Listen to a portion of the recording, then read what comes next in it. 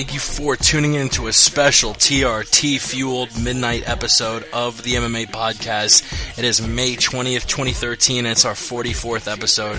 We got myself and Ramses on the show today with a little bit of MMA to break down. We got UFC on FX this past weekend, Vitor Belfort with a beautiful spinning heel kick knockout over the up-and-coming Luke Rockhold. Definitely going to talk about that card. Going to talk about the week of MMA news, as always, and we have a pretty big card coming up, UFC 160. We got the heavyweights, Kane and Antonio rematching for the belt. Mark Hunt made it out of New Zealand. He will be facing on Junior Dos Santos, and a bunch of other fights to break down. Let's do it. We did it, mama. We did it. We did it for the love of the game. We did it, mama. I did it for. Yes, sir. Mama, we did it. The game will never be the same. We did it, mama. I did it for. You're listening to the MMA Podcast with Jake and Chris. And Chris is still actually clubbing seals in Alaska. We got Ramses, though, to break shit down. What's going on, brother? Let me tell you something, people. The ratings are down. My followers are fucking down. The Aunt Jimmy Show on Twitter, by the way. Follow the Aunt Jimmy Show on Twitter for the word on the street. Basically, to boost my levels, I'm going to boost my TRT level, man. It's time to jump on the bandwagon here. It worked for Vitor Armstrong Belfort, a.k.a. the Ultimate Warrior, so I'm going to try it right now, guys. I just got it from a local MMA gym here in Austin. I am injecting myself right now directly into my knee with testosterone. Some people call it steroids. We are breaking podcast history, making podcast history. You can hear in the background right now, Ramses is injecting himself. He says he got it at an MMA gym.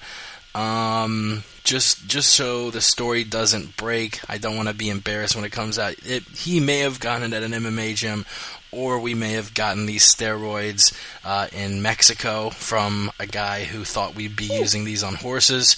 But yeah, did you just finish the injection? Yeah, I wasn't sure how much to shoot up, so I just put the whole damn thing in. That's a good idea. I mean, what? I don't have a fight. What are they gonna do? Fine me? Suspend me? Who? I'm not fighting right now. But I did just inject myself with steroids live on the air. Follow me on Twitter, the Aunt Jimmy Show, and we'll just see how this goes. I'll wait till it kicks in here. But what's going on, Jake? What are we talking about tonight? Talking about a few MMA. First, did it hurt? Are you feeling any changes immediately? What is the initial rush like?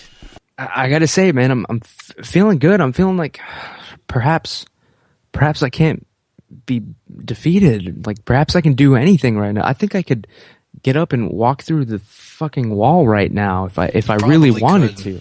You probably really could. Yeah, I don't know. I'm just feeling like a lion or something, like a T-Rex in an old jungle. Feels good, man. It feels good. My podcasting levels are at their peak right now. I'm ready to do this shit for the fans, people. I'm not shooting up for me. And if you do want to follow us on Twitter, you can follow the MMA Podcast. Follow Ramses at the Aunt Jimmy Show. The Word on the Street podcast is every Tuesday and Thursday. If you want to listen to me beat the shit out of this Ross Finkelstein character, definitely tune in. I will be embarrassing him live on air this week. Also, the MMA Podcast, we did this show normally every Thursday and Friday. This show is normally every Friday at 6 p.m. Eastern, but we are doing a little bit different format this week because in a couple days I'm going to be driving to Texas from Florida. My cousin's getting married.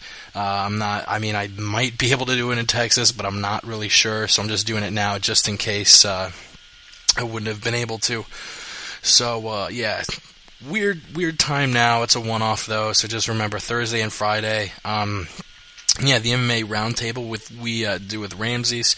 We do it with our friends at MMA Mental across the pond, doing big things. That's Ray, Patrick, Jay over there. So definitely check out MMAmental.com and check out MMAVictor.com. I'm not gonna lie, they're getting themselves set up. Stuff's still a little bobo. but it is get in on the ground level. In a year, MMA Victor is going to be a very, very popular site, and you're going to be kicking yourself for not getting in on the ground level. It's a hot thing, so definitely check it out. And it's only a little bobo. It's an awesome site. The games are not bobo at all. You enter in, it's a payout game, whether you want to pay $100, $1, or none at all. Everything there is for you at MMA Victor, so go check it out. And I guess that does it for all the plugging we got to do. Let's get straight to UFC on FX8. We'll sort of really just a touch on the steroids. Was it Vitor Belfort who really inspired you to take this TRT and whatnot? No, I mean, look, I just feel, I get the ratings from Twitter and from Ustream and whatnot, and they were just going down a little bit. The levels are going down. It's obviously like, why, if something can enhance your performance, a performance enhancing drug, why not take it? Why not, Jake? I'm hoping you'll join me next week. I'll mail it. You said you're coming through Texas. I don't know, man. I'll hook you up with some of this shit, dude. I'm feeling great though, man. I'm feeling like 10 years younger, man. I'm feeling like everything's on fire. Like everybody knows I've had this trouble with my knee for a long time, but I'm feeling like I could almost get up and dance now. It's amazing. We actually got a caller. We got someone calling into the show. Callers. Area code 484. Who do we have the pleasure to speak with tonight? Yo, what's up? It's your girly MMA. Oh, shit. Hey, girly MMA. Thank you for calling in. What is going on, girl? It's hot. What's up? You watch UFC on FX8? Yes, I did. What'd you think of it, A Girly MMA? If you don't know, follow her on Twitter, A Girly MMA. She's pretty, she's got a nice rack, she knows MMA, she's hot, and that's all that matters. She's perfect. Yeah, but I thought Vitor's the man, dude.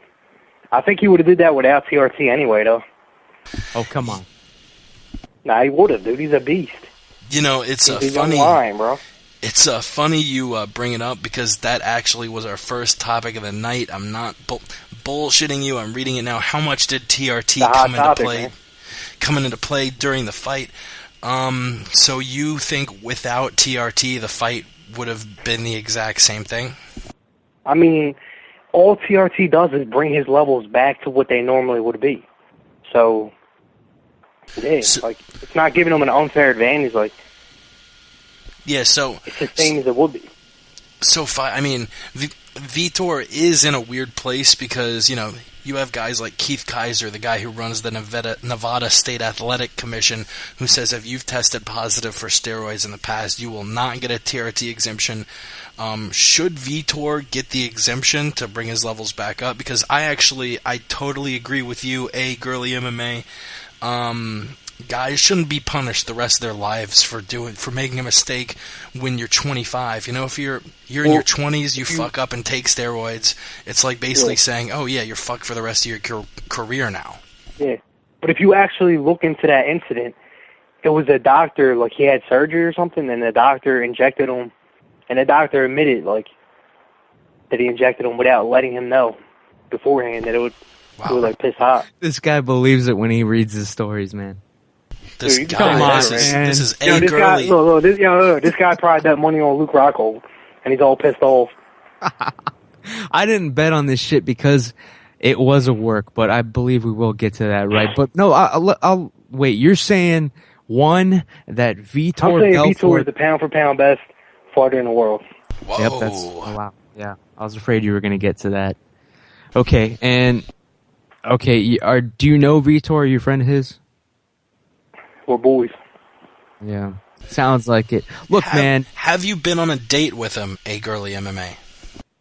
No, I'm not.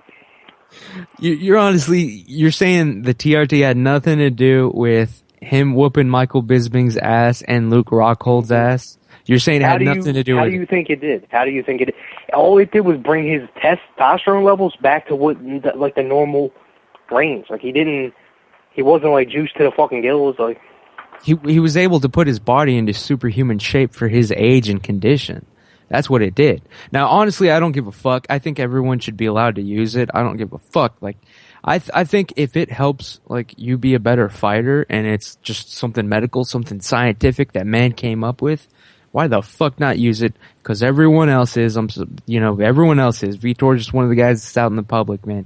So, but I'm not gonna sit here and pretend like it didn't have anything to do with him winning, though. It is a performance enhancing drug.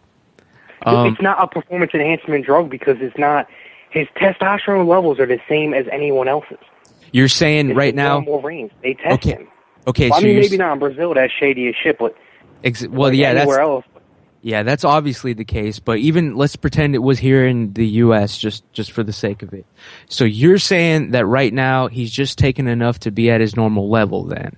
Yeah, I mean, yeah, exactly. Okay, and wait, hold on, dude. So you're saying that he's at his normal level, and that he would normally, with a normal testosterone level, look like that, with his veins popping out, every muscle having muscles upon it. I don't think that is, my friend. That is not his natural state, dude. But if you work out and you diet right, yeah, for sure. Really quick two things. One, we got a tweet from our buddy Darius137 who said he looked like a miniature brown Hulk. He was juicing and just didn't get caught. Hashtag Thugjitsu. Hashtag Angry Blackzillion. I want to read one of his quotes. Pretty interesting. He said, this is from Vitor himself. I was a part of two jungles. I'm a T-Rex surviving in a new jungle, and I rebuild myself. The fact he says he rebuilds himself, I think Ramses can speak to the benefits of TRT more than anyone else, because he just injected himself with, you and me bought a shitload of horse steroids. You took all of it? I am not fucking kidding. Right now, what I'm doing, I'm flexing my right arm. I'm extending my right arm right now and just staring at the muscles, dude. This is crazy. Hell yeah. Well, I'm happy. The only question I want to pose, because I don't fully agree with either of you. I'm sort of in the middle there, because I do think Vitor should be allowed to use TRT, because if he doesn't, like, his body does not make enough testosterone naturally, and it's because he took steroids. And yeah, he did make a mistake and he did fuck up. But hold on, let me cut you off there. When you say he took steroids, he only got caught one time. He fought for 10 years. He only failed one piss test. Yeah, but if you only rape one girl, you're guilty of rape, right? Alistair Overeem tested positive steroids 0 times. He had tested positive. Yeah, but he was fighting in like Strike Force. They don't test them bums over there. They don't give a fuck. No, he made a mistake. A lot of athletes probably fucked up and did too much of that shit. And like, I don't think they should be punished for that, honestly, because the science wasn't out there. No one knew the dangers. It wasn't well researched and shit. So honestly, like, here's my thing. I think every fighter should be allowed to do whatever the fuck drug they want, actually. Besides, like, like crystal meth and heroin, you know what I'm talking about? Like anything that helps keep, performance enhancing drugs that aren't, just addictive, like psychoactive drugs. I think they should be legal, because look, you can't stop science. This is the year 2013. Everybody's already taken something or other, manipulating this and that, cheating. Let's just make it all legal. Let's just see who the best human being is, taking the best drugs at whatever the fuck they have to do to get themselves in the best shape. Let's see those fucking fights already, man. Fuck this cheating shit. Nobody's trying to cheat. At this point, everybody's just trying to keep up with each other now. Let's be fucking real about it. That's the word on the street. Yeah, and the one thing I was going to bring up was after the fight, Vitor was being interviewed, and a reporter from MMA Junkie asked him a question about TRT. I don't really think it was an incendiary one. It was just a question asking about it. Vitor Belfort asked that reporter be beaten up, and he was in Brazil, so I tend to think that was a serious request. I'll start it off with a girly MMA, because she hasn't chimed in for a hot second. If everything is on the up and up, why is he asking that reporters get beat up if they just ask an innocent question about TRT. Dude, he was joking around. He wasn't serious. I don't know. I listened to the soundbite, and like the way he said it wasn't somebody beat this guy up, he's crazy. It was like, hey, somebody kicked this guy's ass. And he probably wasn't like seriously thinking that he was like calling to get his ass beat, but it was in a threatening manner. I don't know, like just all right. I sort of want to go back to your point of Vitor Belfort being the pound-for-pound champ. If he fights Anderson Silva again, are you saying he beats him? If he fights Anderson Silva in Brazil, can you imagine how fucking insane that would be? Yeah, he would probably have like 1,000-to-1 T to E ratio. Yeah, no, he would definitely. I think he would win, yo. No, he's on to some girly MMA. She's on to something right now. I think she's seeing the obvious setup here, people. But we'll get into that in a little bit. Yes, but that would be huge at this point if the rematch happened in Brazil. Yeah, and we might see it. I actually really think that Anderson's two biggest tests at middleweights are both rematch fights. One's a trilogy fight. Belfort and Sonnen are the two toughest guys at middleweight, and I'm excited to see what happens after he cleans the floor. Oh yeah, you think? I'm excited to see what happens after you get out of rehab. And Chael Sonnen is not one of the best fighters. Chael Sonnen would probably get beat at fucking welterweight, dude. What's this guy talking about, man? Girly, you're out of your whole ass mind. It's ridiculous. So wait, all right, Anderson Silva and Chris Weidman, we gotta get through that before we talk about any of his opponents. Do you think? I mean, I'm absolutely shocked. So many people are saying that Weidman's gonna win. Man. I couldn't disagree anymore. Why do you think Weidman's gonna beat Anderson Silva? I don't think he is. The fight's in Brazil too, right? I'm not sure. I'm pretty sure it is. But yeah, I don't know. Or no, I think it was supposed to be, but they moved it to Vegas. It's in Vegas. But, I think it's in Vegas. Yeah. But nah, dude, I don't know. Weidman's undefeated. I mean, if he didn't beat the shit out of Damian Maia the way he did, then I don't know, man. He might be able to do it, dude. He might be able to take him down. Like, it depends if he can get that initial takedown. If he can start off with that takedown and like do some work, I don't know, man. You know what? Yeah. There probably is a good chance that the fight is in Vegas. I'm pretty sure. I haven't checked it yet. Hopefully someone else did. But yep, I'm looking now. It's in Vegas. It's Saturday, July 6th. Yeah, and obviously a month and change away. Obviously, they made it in Vegas because there's a damn good chance that Anderson Silva is going to lose this fight, and they do not want that to go down in Brazil. That's for damn sure. Shoot, I'm actually going to be moving from. We got a tweet when the show begun. I forgot to read it on the air because we were getting callers and whatnot. Pardon me. A friend of the show, Felicia Guerra, not one of me. Oh my God! Yeah, maybe it's the testosterone coursing through my huge ripping veins right now. But Felicia Guerra is actually a really sweet lady, nice, attractive looking Brazilian. You want to follow her on Twitter, people. Trust me on this. But what did she tweet, dude? I want to really quick ask: Is she one of your Twitter girls yet, or are you? Not yet. I'm working on it. All right. I just need to. Well, actually, a little teaser here. If you tune into the Word on the Street podcast tomorrow night, you're gonna find out exactly where I stand with Brazilian babes and Twitter girlfriends. Hell yeah. Well, she tweeted, "Oh, I thought you guys were in Texas, but it looks like you guys are in LA. It's just when I set up the Skype number, I literally could choose any area code, and I just said, fuck it. LA number makes us look maybe a little pro. Who the fuck knows? I literally could choose from any area code. I was like, why not LA? Fuck it. And she brings it up. I'm actually moving from Florida to Colorado next month, and that's going to be a couple weeks before Silva Weidman. I might try and drive out to Vegas for the fight. Who knows? But drive out there just for Felicia. And Jake, here's a little tip here. If we're going bogus area codes for the next episode, switch it to the fucking 209. Let's do it. Oh shit! I never thought of that. I think I can only change it when the subscription's up, but whenever it is, I'm fucking doing that in a heartbeat. I'll pay for it. I'm all juiced up. All right.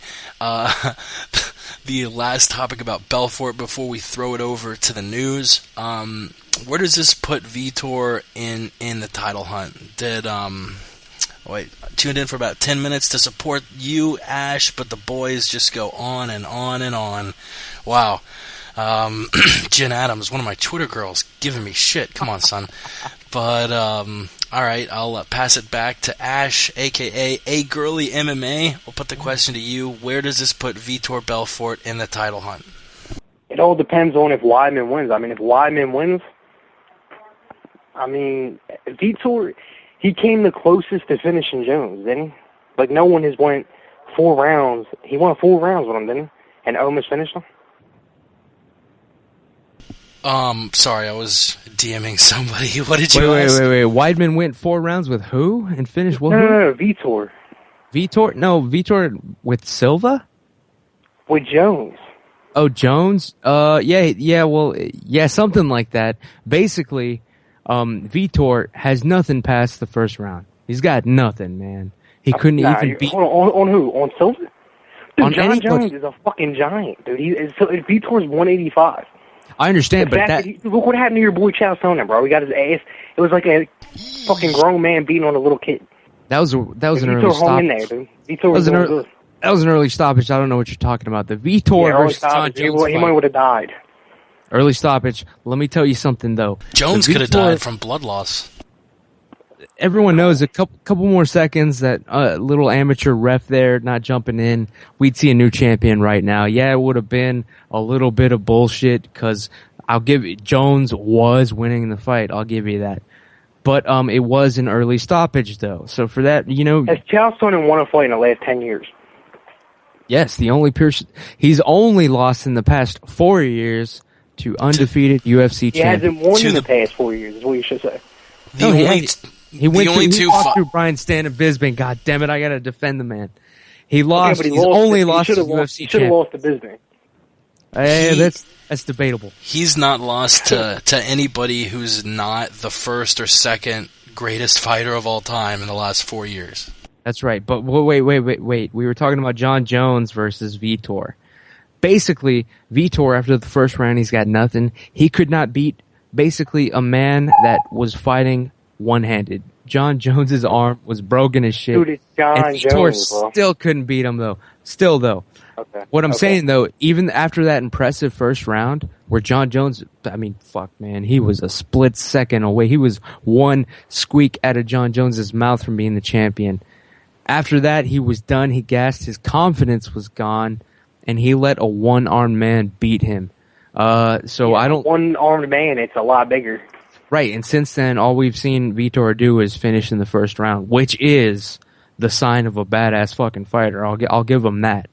But I don't think he's got anything past round 1, though. I don't even remember what the fuck we were talking about, but yeah. Where does this put Vitor in the middleweight title picture? Like I said, if Weidman wins, I say give Vitor. Who else are they going to give the shot? I say if they don't do an immediate rematch, give it to Vitor. Yeah, I'm trying to think who makes more sense at the middleweight class, but really I feel like after Chris Weidman, who is better than Belfort now? Bisping? No, he just got knocked out by him. Okami? No. Philippou? No. Jacare really has the strongest argument, and he's only a fight into his UFC career, so you can't really say he deserves a title shot. After Chael Sonnen puts away this clown Vanderlei Silva, I'd love They're to. Not fighting, are they?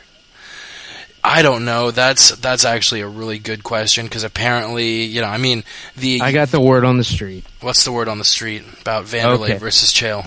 All right. Well, if you guys will notice, Chael Sonnen deleted all his tweets calling Vanderlei out. He retracted it. He did an interview yesterday at the fucking Olympics in LA with Karen Bryant from MMA Heat. He explained that and this was the rumor going around, that Vanderlei Silva actually did turned down the fight. He did say no. Of course, he played it off on the UFC Tonight Show, telling fucking Ariel Hawaii, "I want to suck his blood. I want to eat his, smell his whatever the fuck he was talking about." But he did. Vanderlei Cesar da Silva did turn down the fight. That is the word in the street. It's not happening. So Chael's not pursuing it anymore. That's why, if you look it up, he did actually delete every single tweet. Why not do Chael versus Vitor? That'd be a good fight. That makes a lot more sense.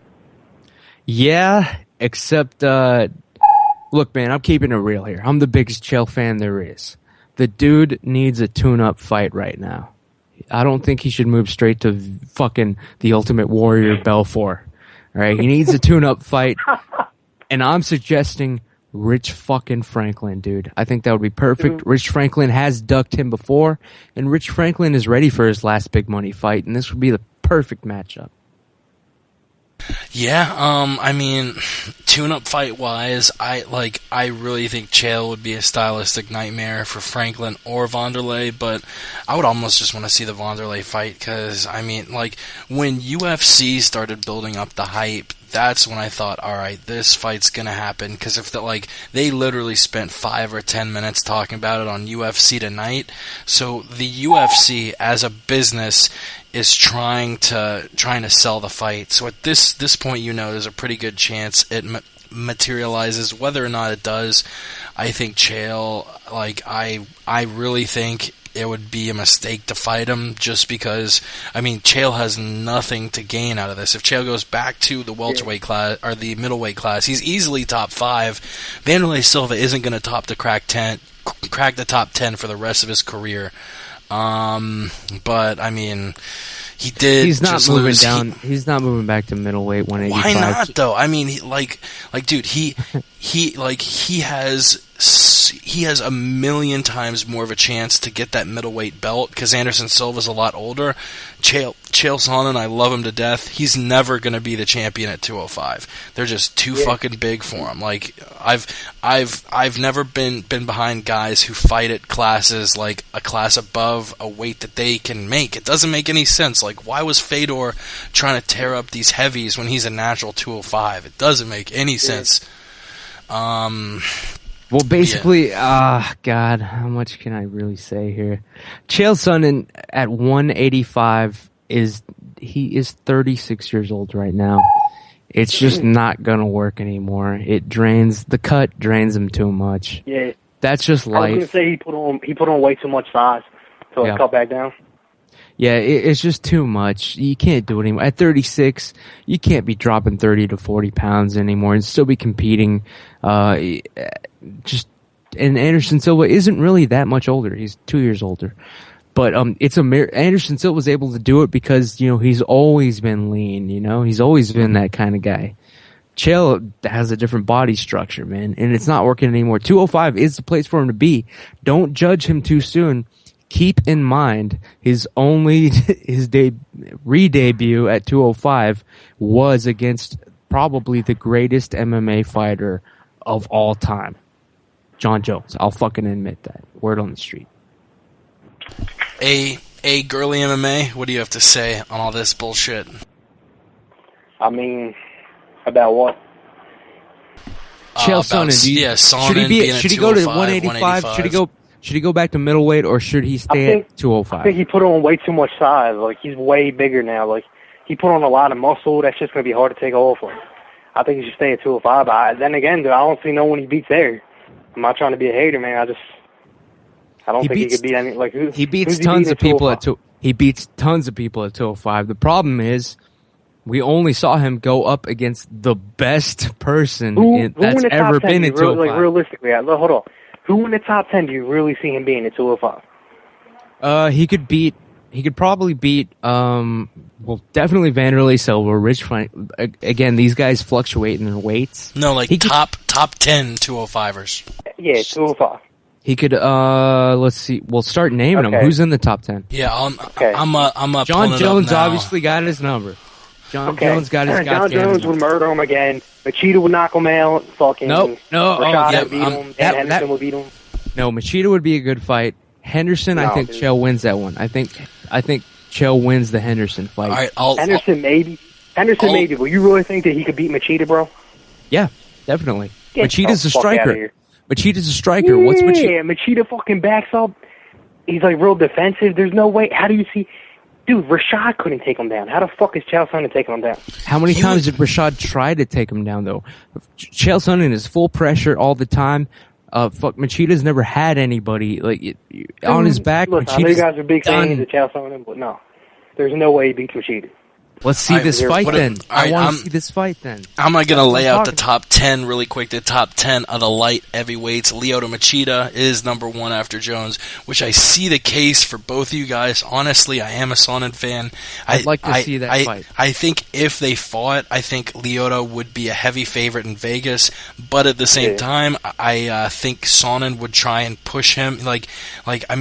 This might end up looking like Guida versus Maynard, just because Sonnen is the guy who's always coming at you, and Machida's always the guy running away from you. I got a question for both of you guys. Jake first, and then Girly MMA. Jake, if Chael Sonnen does fight Machida and he takes him down, the fight's over. Do you agree or disagree? Me? I would say first. I would say the round is over. I wouldn't say the fight's over. That's what I'm basically saying, though. If Chael can take Machida down, then that fight is over. Dude, I don't understand. How do fuck do you think Chael Sonnen is taking down Machida? Has Machida ever been taken down, ever? No one's ever just run at him, Dude, no. If he runs at him, he's getting one of them straight fucking lefts right to his chin, bro. He's getting knocked the fuck out. There's no way he takes him down. Nobody's there's ever no way. knocked I know you're Chael a fan, Sonnen out but that there's way. no way. Lyoto Machida has been taken taken down by Rampage Jackson. He's been taken down by Sokaju twice. He was taken down by Nakamura, taken down by Sam Hoger, Vernon White.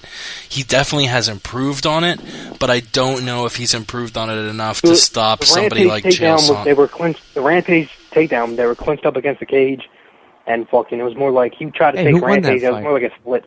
Rampage is a fucking beat. Let's talk about that. Where does Rampage go from here? I want to hear this. Chael Sonnen could beat Rampage. I'd love to see that fight.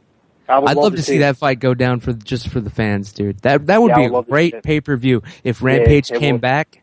That would be awesome, dude. And especially since Chael stabs at him all the time, tweets at him, trolls him all the time. Yeah. I would love to see that. Instead of Rich Franklin, that's my number 1 next fight for Chael. But if it's not Rampage coming back, I want to see Rich Franklin. Lyoto definitely has.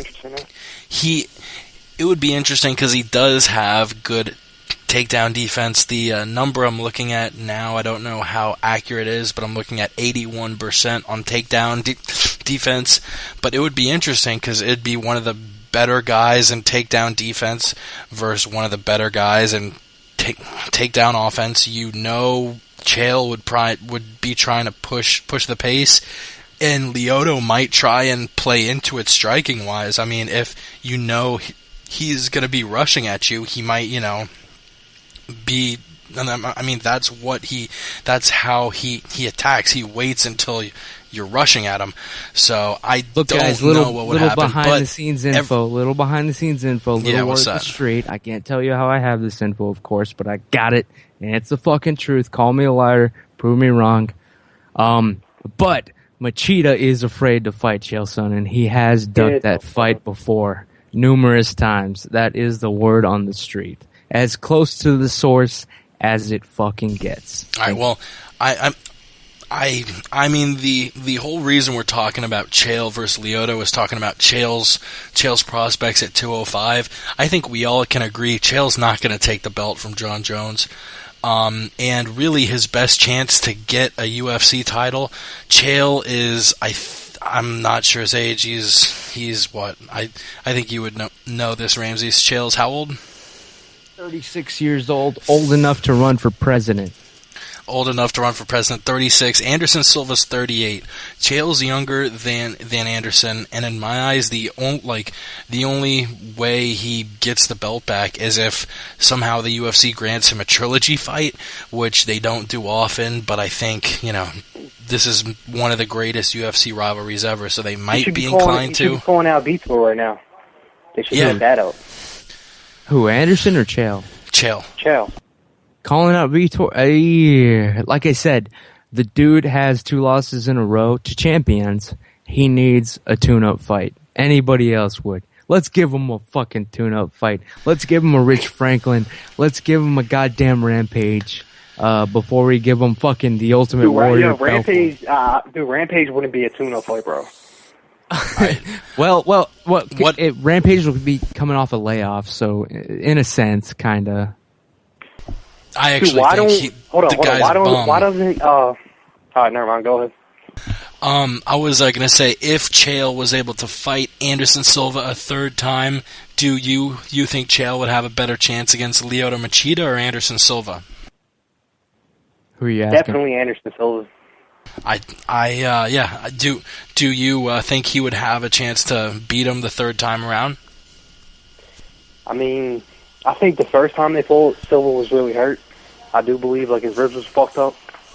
Do you believe that, Ramses? No, it's fucking. Well, his ribs were probably fucked up after getting fucking body slammed. They did the documentary, like Water or whatever. You could see before the fight that he was hurt.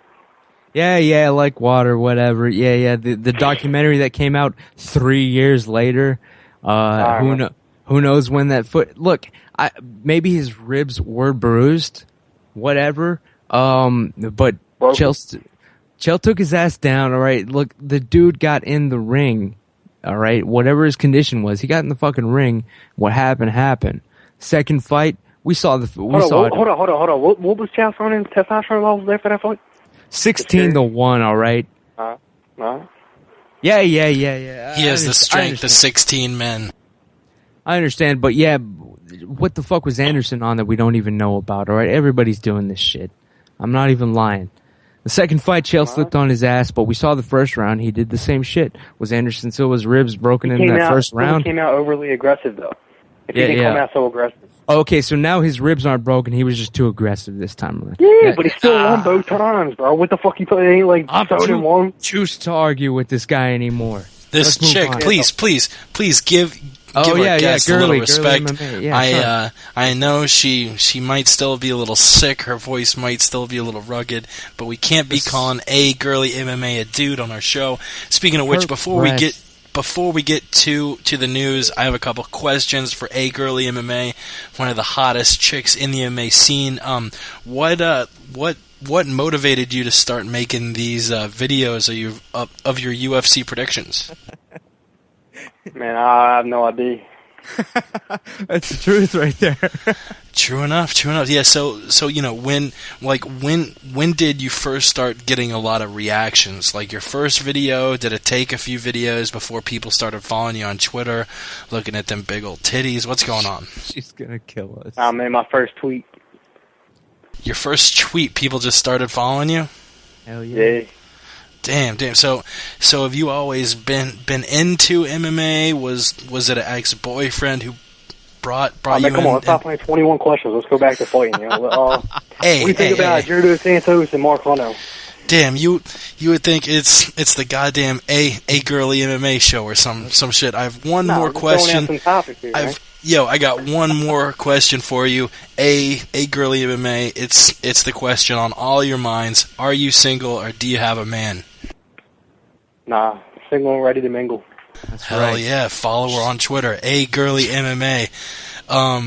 So what topic were you trying to bring up? Sorry.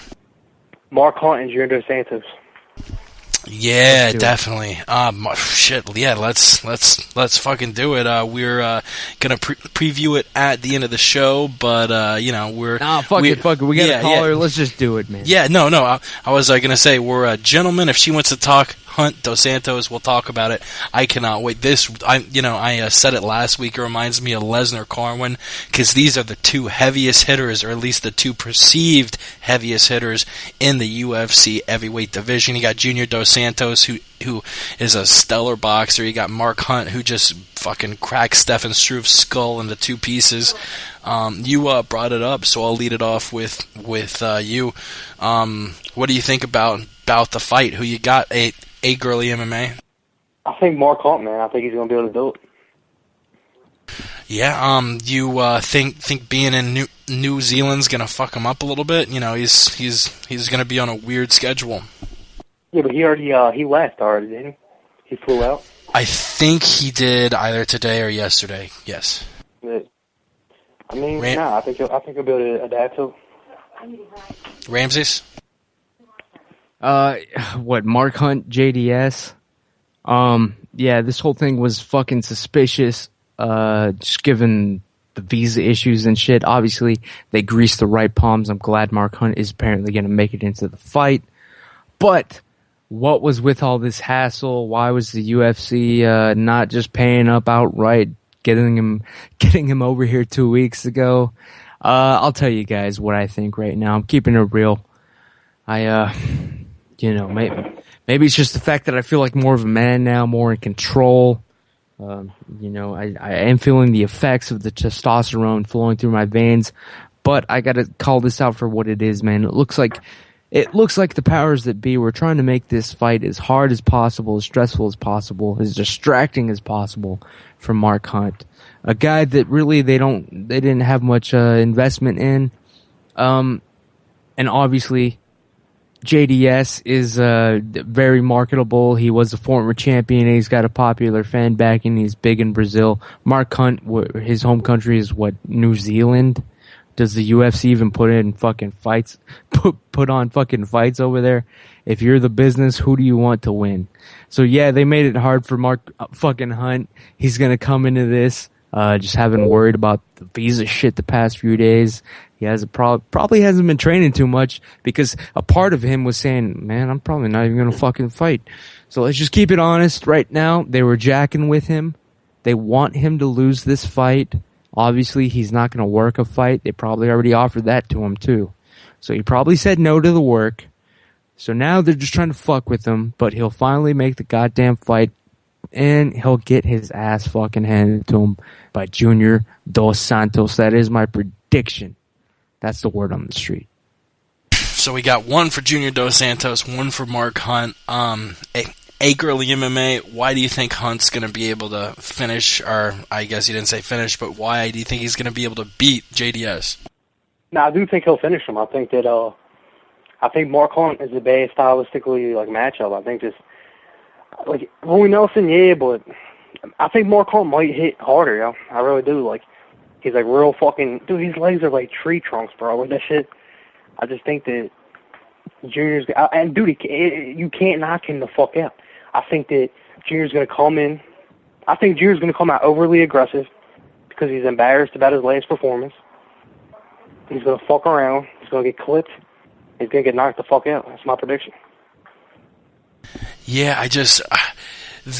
The only thing, because I think if both of them stand in the pocket and bang, I actually think Hunt would win just because the guy, I mean, both of them have the power to finish the fight like that, but, man, I just, actually I'm changing it to Junior, because Junior showed us in that last fight against Kane, he's got an iron chin. I mean, yeah, but dude, Kane could have knocked out Chuck Congo, man, what the fuck? Kane's not a heavy hitter. I mean, he does finish most guys. I'm looking, but by ground and pound and shit.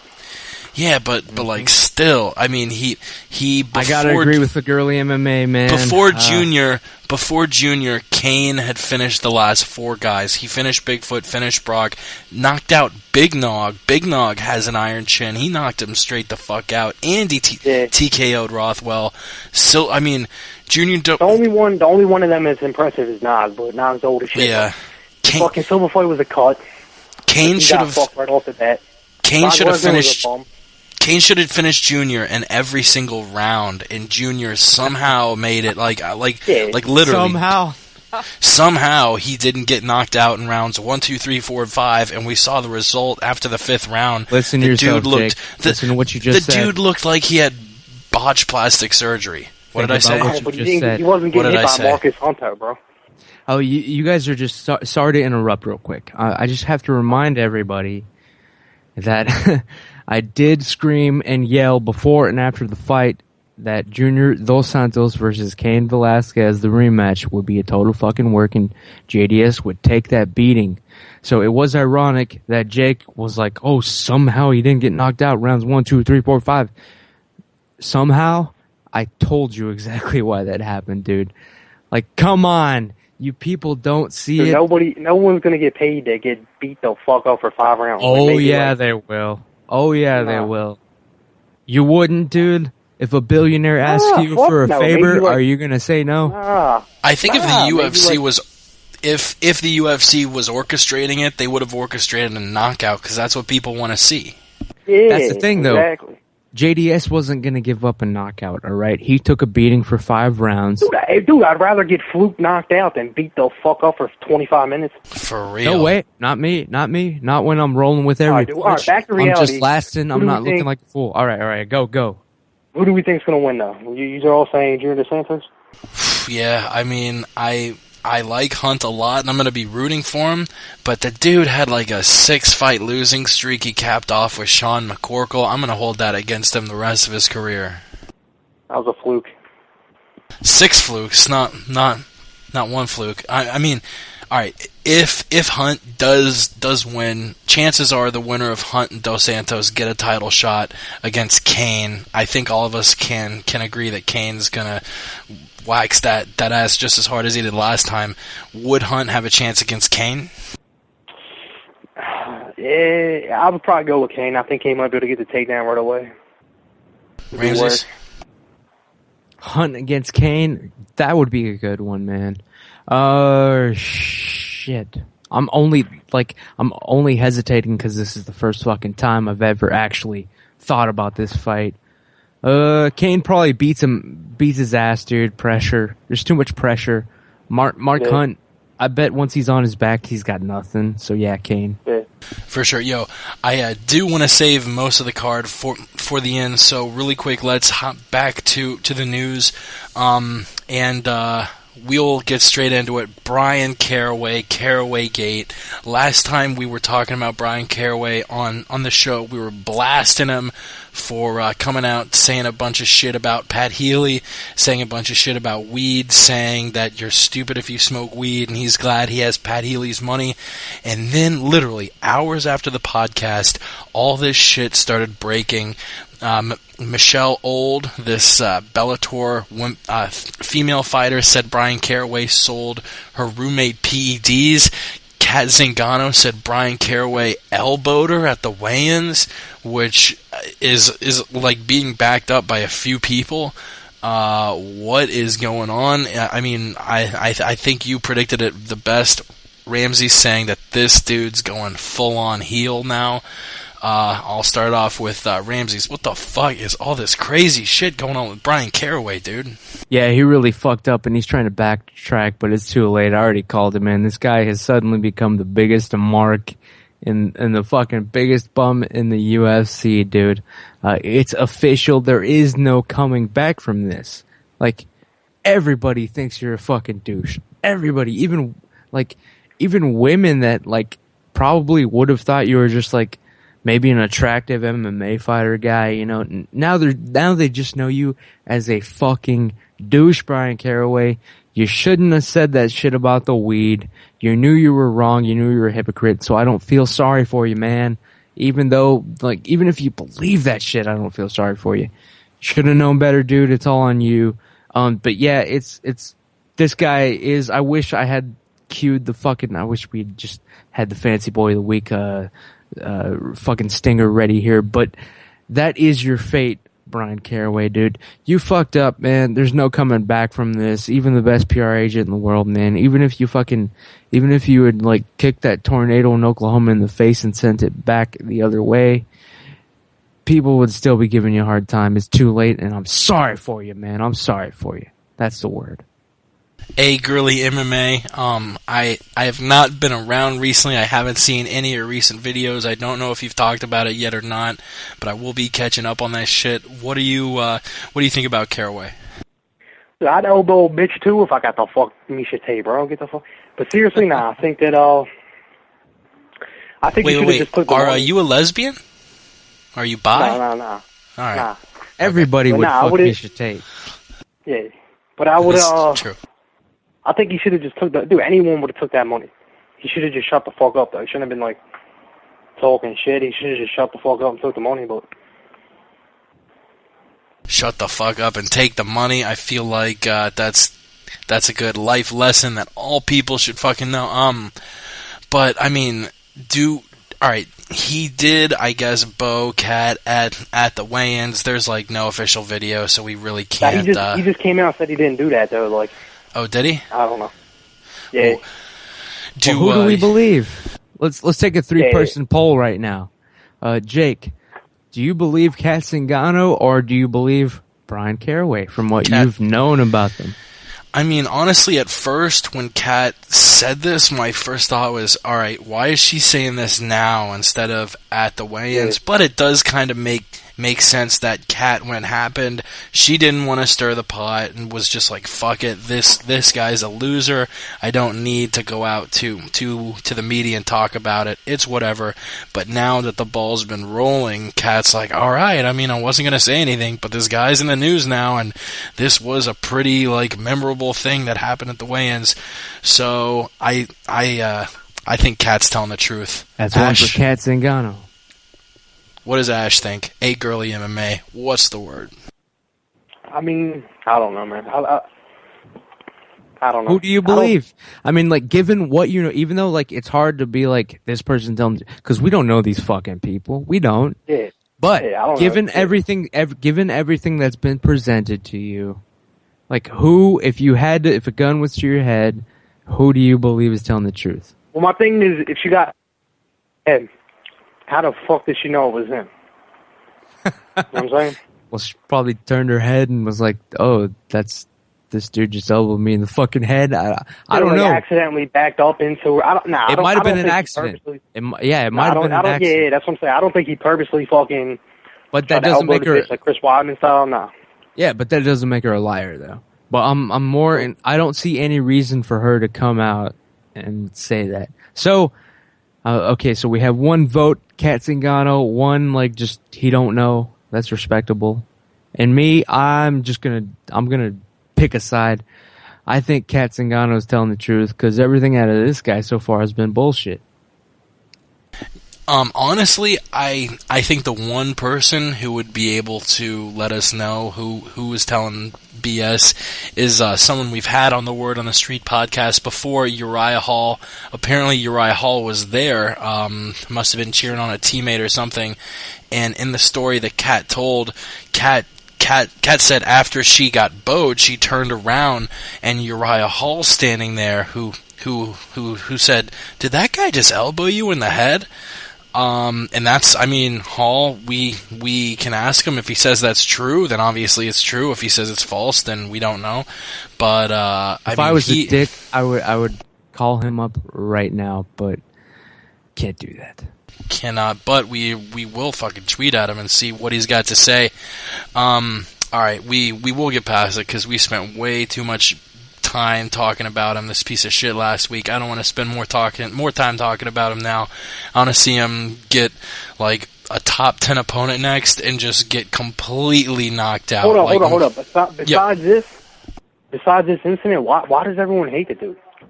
Well, it all started back when Miesha Tate was taking on Ronda Rousey. Ronda Rousey jokingly said in a tweet that after she beats up Miesha Tate, she'd beat up her boyfriend. And Brian Caraway angrily texts back saying, "Yeah, Ronda, if that ever happened, I'd knock all your teeth down your throat and I'd break your arm." He wasn't joking when he said that shit, though. I mean, obviously he didn't really mean that he wanted to break all her teeth down her throat, but you can't tweet at a chick that you want to break all her teeth down her fucking throat. And he fucking came back and said, "Oh no, I didn't mean it," blah blah, just all this BS. Honestly, I didn't hate him that much about it because he did say he was sorry, what the fuck ever. Guys. I sort of let it go, but when he went on this thing about, "Oh, I've never smoked weed, but anybody who smokes, oh, that's so stupid," like, I just hate uptight, judgmental people, and Brian Caraway's put himself in that category. Yeah, and I'll just go one step I further, hate white guys. people. I'll go one step further here, just keeping it real. Maybe it's, the fucking raw testosterone flowing through my veins, making me feel like a man. I just want to talk like men. I want to be honest here with you people. Look, the fact is, Brian Caraway, not only, for one, he did talk, he said, I fucking hate people that do weed. I've never even done weed. That right there, I hate that for just a million reasons alone. I'll put that aside, but let's be real here. We're all just gentlemen, and of course the girly MMA talking on here, but like men, Hot ass bitch. Honestly, like men, Brian Caraway is a dude who is, living the life that we all hope to live. He's just a dude being an MMA fighter, and he's fucking a girl that we all want to fuck. So of course we're going to hate him. That is part of it. I will admit to it. Misha Tate is a babe. We would all love a slice of that ass. And that's partially why I've stared at that ass for hours at a time before. Yep. And let's be honest, anytime you see a hot chick, no matter who her boyfriend is, you're going to be like, that guy is a douchebag. So that's why part of the hatred for Brian Caraway is coming out. I will admit it. I will keep it real like a goddamn man, but that is the truth. It is the word on the street. Like a doctor. Before we, I guess, move to the next topic, you have anything else you want to add in on Caraway or Misha Tate, a girly MMA? Nah, man, not really. For sure. Just a couple more news topics before we get to UFC on our UFC 160. Rory McDonald saying he's never going to fight GSP, which I assume that means if Rory McDonald gets himself to be in a title fight, GSP would move up to middleweight or retire or something. I think it's all kind of crazy that teammates refuse to fight each other. I mean, GSP's fought a teammate before, but it was a Jackson's teammate, not a TriStar teammate. It was Carlos Condit. This is a sport, and yeah, I do understand it's the sport of fighting, but I don't know what the main reason is, whether Rory and GSP won't fight because they're friends, or whether they won't fight because they don't want to be training in the sort of way where they're hiding things from one another and know that they're potential opponents down the road. But I've always been very critical of teammates not wanting to fight each other, because if you have the two best guys in a division and they train with one another, that is insanely unfair to the second guy, because it's basically putting him in the spot of, oh yeah, I'm the champion and you can never fight me to try and get it. It's fucking stupid. And luckily Rory and GSP have a big age difference, so it's going to work out in this case that GSP could theoretically, if Rory's that good, hand the torch to him. But you have times like when Josh Koscheck and John Fitch refuse to fight each other, and it hurts them both, because if they fought each other, then the winner would be the number one contender, and instead they fight people who aren't at either of their levels. It's just extremely disheartening. I hate the whole concept of it. I know I've talked to Ramses about it, but not Ashley, aka a girly MMA. What are your thoughts on the issue of teammates fighting? I disagree with you, man. I think that when you train with someone every day, like you have like a bond, bro. You don't it'd be like they become like brothers. It'd be like Nick Diaz and Nate Diaz fighting. You know what I'm saying? Like you don't want to be training with someone and then in the back of your head think that they're coming for what you have. Like they're like, you know what I'm saying? Like the John Jones Rashad type deal. Like you don't want that. So, I mean, Ramses, this is our first, before we talk about teammates fighting one another, we're about an hour in from you taking steroids. Give us a status report. Oh man, I between answers while you guys are ranting and raving about this fight and that fight, what I'm doing is I'm fucking standing up here and I'm just fucking dancing, just fucking getting my Michael Jackson. Holy shit, I'm doing the moonwalk. Holy fuck. Hell yeah. Holy Hell yeah. shit. Do it, son. Shit on it. Shimon. Alright, listen, what the fuck was the question? I just haven't felt this good in years, people. This is amazing. I suggest that everyone, get on steroids. Not tonight, obviously in the morning. But you have to do this shit, man. You have to fire it up. You have to rip it up in your life, all right? What's wrong with bringing yourself to your full physical potential? What the fuck is wrong with that? Why is that illegal? Why is that against the rules? Why is that cheating? How can you possibly cheat at being a better human being in life? How can you cheat when you're just being the best physical specimen you can be? God bless everybody in this life. I'm dancing again. My knee feels like I just was born fucking 2 weeks ago. All right, people, this is ridiculous. It's insane. Well, Ramses, did you just text me a picture of you ripping a phone book in half? Dude, I tried to tweet people to listen into this show again. My fucking keyboard broke in half. It's ridiculous, man. Bro, your face is really purple. I would watch that. You're like, dude, your face is ridiculously purple in this picture. I don't know if this is a good thing, but shit. I've never felt better in my entire life. Yeah, we got to keep it on the MMA as much as I want to talk about you dancing and moonwalking and roiding up with all sorts of ridiculous shit. But we were talking about should teammates fight each other. Rory saying he's never going to fight GSP. Me and A Girly MMA disagree. I think they should. He says they shouldn't. What do you think? Look, here's the deal, people. Rory McDonald versus GSP. Okay, look. Let's keep it real. They're both, they're not dumbasses, but they have enough sense to know that they're eventually going to get matched up with each other. All right? It is inevitable at this point. They've both realized it at this point. This is just man talk. I disagree right there, yo. Oh, really? I think that Jake Ellenberg, I think Jake Ellenberg's going to knock him the fuck out. Oh, shit. You don't think they'll ever be matched up? Nah, dude. GSP's on his way out. And, I think Rory McDonald's way overrated. I think that fucking Jake Ellenberg is going to knock him out. Okay, but here's the thing. If you're in the GSP team or the fucking Rory McDonald team, they're assuming that they're going to keep winning. They're not assuming that Ellenberger is going to fuck them up. So I'm saying is... You don't want a snake. You don't want a John Jones type dude plotting against you. You know what I'm saying? GSP doesn't want that. That's why they had that bond. That's why GSP goes there training. He doesn't have to worry in the back of his head that this dude is trying to get what I have. No, GSP's a smart man, though. No, GSP's a smart man, though. You have to assume the kid is going to fuck you over and try to fight you someday. If I were GSP, that's what I would do. So both camps what I'm saying is both camps have realized that a fight between the two is probably, you have to just assume it's inevitable. So they're not friends anymore. I wouldn't be anymore. I mean, a fight, you have to assume the fight's fucking inevitable. But if you're the UFC, obviously you're going to want GSP to win this fucking fight. So for that reason, you won't see... Hold on. Yep. They're they're nowhere near fighting each other yet. Exactly. And I think it's been by design, man.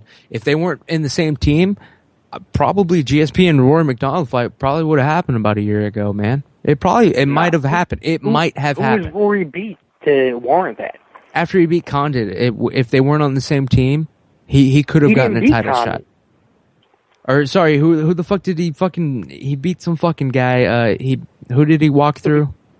He beat a bunch of bombs. BJ Penn. Yeah. Hey, BJ Penn. That's what I was thinking. Right, BJ Penn. Hold on, no. BJ Penn's not a bomb, but he should be fighting at 155, and he shouldn't be fighting now. No, but I agree. If you're willing to give Rory McDonald BJ Penn, you're willing to give him GSP. That's just the way the UFC works. It's sports entertainment. It's sports entertainment. It's sports entertainment. Did you just ask Ramses if he was high? Yeah, on crack cocaine, not fucking marijuana. I am high on TRT steroids, marijuana, the finest marijuana in all of Austin, Texas, people. I'm telling you, you got to call. I won't name him.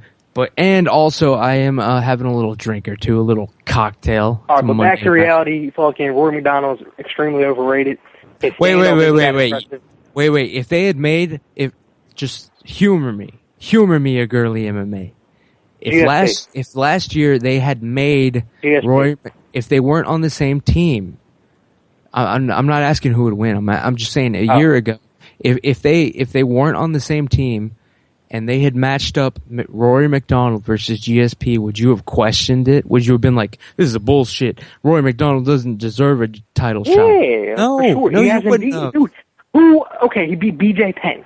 Old, Yes. 155-pound BJ Penn. Why do you think they gave him that fight, dude? A warm-up. No, Dude, you build gotta his think. name up. You gotta think like the UFC in this shit, dude. You want Rory McDonald versus GSP someday, but you want GSP to win. That is the word on the street, and that's what I gotta say. Yeah, I mean, I do agree with A Girly MMA. Penn is my favorite fighter of all time, but he has no business fighting in the 170-pound class. It would make more sense for him to move down than move up. Even when he fought Hughes, I was like, what the fuck is Penn doing moving up? Penn and Sonnen are my favorite fighters of all time, and I still want to see both guys make a run at a belt, and I feel the same about both guys. Penn and Sonnen, I don't want to see him at welterweight and 205. I want to see him at lightweight and middleweight, because that's the weight they should be fighting at. You know, if I was a fighter, I could probably make 185. I wouldn't be fighting at 265 because I'd be fighting guys bigger than me who could whoop my ass. You've got to fight at the smallest weight you can make. Yep. It's just I can't get behind it. The sad truth is that BJ Penn is only coming back to fight for money these days. He'll fight at whatever way. He doesn't fucking care. He's doing it. Don't for matter. money. BJ Penn, I agree sad. with him. He's still definitely one of the best. Yeah, but he's just doing it for the money, though. Oh, yeah. Well, everyone. Nobody's fighting, unless you're Nick Diaz, nobody's fighting just to fucking fight. Hey, he's got a point. Yeah, he probably is, but man, it's just Rory. I don't know. You know, he lets his ego get in his way. When he took the fight against Rory, I was like, oh God, really? Yeah. It wasn't just like, oh God, my favorite fighter is getting himself in a bad spot. It was, oh God, I've got to argue in favor of BJ Penn because he's my favorite fighter. So literally, I've got to tell people why I think Penn's going to beat Rory when I don't think he's going to. It fucking sucks. But BJ didn't think he was going to win that fight either. Just trust me, dude. It's sad, but you know that's the reality, man. He wanted to fight with a big man. Yeah, definitely. He came back and he cut weight. He looked great. He was in badass shape, dude. But he did not think he was going to win that fight. It was obvious just watching the fight. Yeah, maybe. All right, we are kind of going on a weird tangent. The next topic I want to talk about is John Cholish saying the UFC doesn't pay their fighters enough. I think that's an interesting topic. But first and foremost, we got to get to the stat of the day. Stat of the day! Stat of the day! Stat of the day! Stat of the day! Cain Velasquez and Antonio Silva squared off once before at UFC 146, ref by Josh Rosenthal, actually. The fight went 3.5 minutes. The whole fight, Bigfoot Silva threw a grand total of 4 strikes. Stat of the day! Stat of the day! Stat of the day! Stat of the day! Here comes the stat of the day! And sorry if we mixed you up a little bit there. A Girly MMA, when we're playing sound clips, the current setup is I can hear it and the listeners can hear it, but you guys can't hear it, so it sounds like it's just silence on your end, when in reality I'm blasting heavy metal. Speaking of which, shout out to Jamie Jostin, the Dan Patrick Show, for letting us use that little clip. Jamie Jostin, Hate Breed, Dan Patrick Show every morning on NBC Sports Network. If you don't watch it, you're missing out. Just like if you're not watching or listening to The Word on the Street or MMA Mental. Let's get back to John Cholish blasting fighter pay, retiring, saying the UFC does not pay their lower level guys nearly enough. I'm not sure what the exact number was. I think Cholish got paid something like $10,000 for being on the Facebook prelims. And I've actually seen a lot of people taking both sides on the matter, saying that the UFC should have to pay their lower level fighters much more. Some of them are saying, well, let's think about it like a business. How many people are buying the pay-per-view, watching these fights to see John Cholish? Virtually zero. If your last name isn't Cholish, chances are you weren't watching this to see Cholish. Does he have a point that they don't pay him enough? Or should they, be treated like the lower level guys? Ramses? All right, here's the fucking problem. John Cholish, he is right that the fighter pay is, it's not enough to fucking live on, make a living at the beginner level.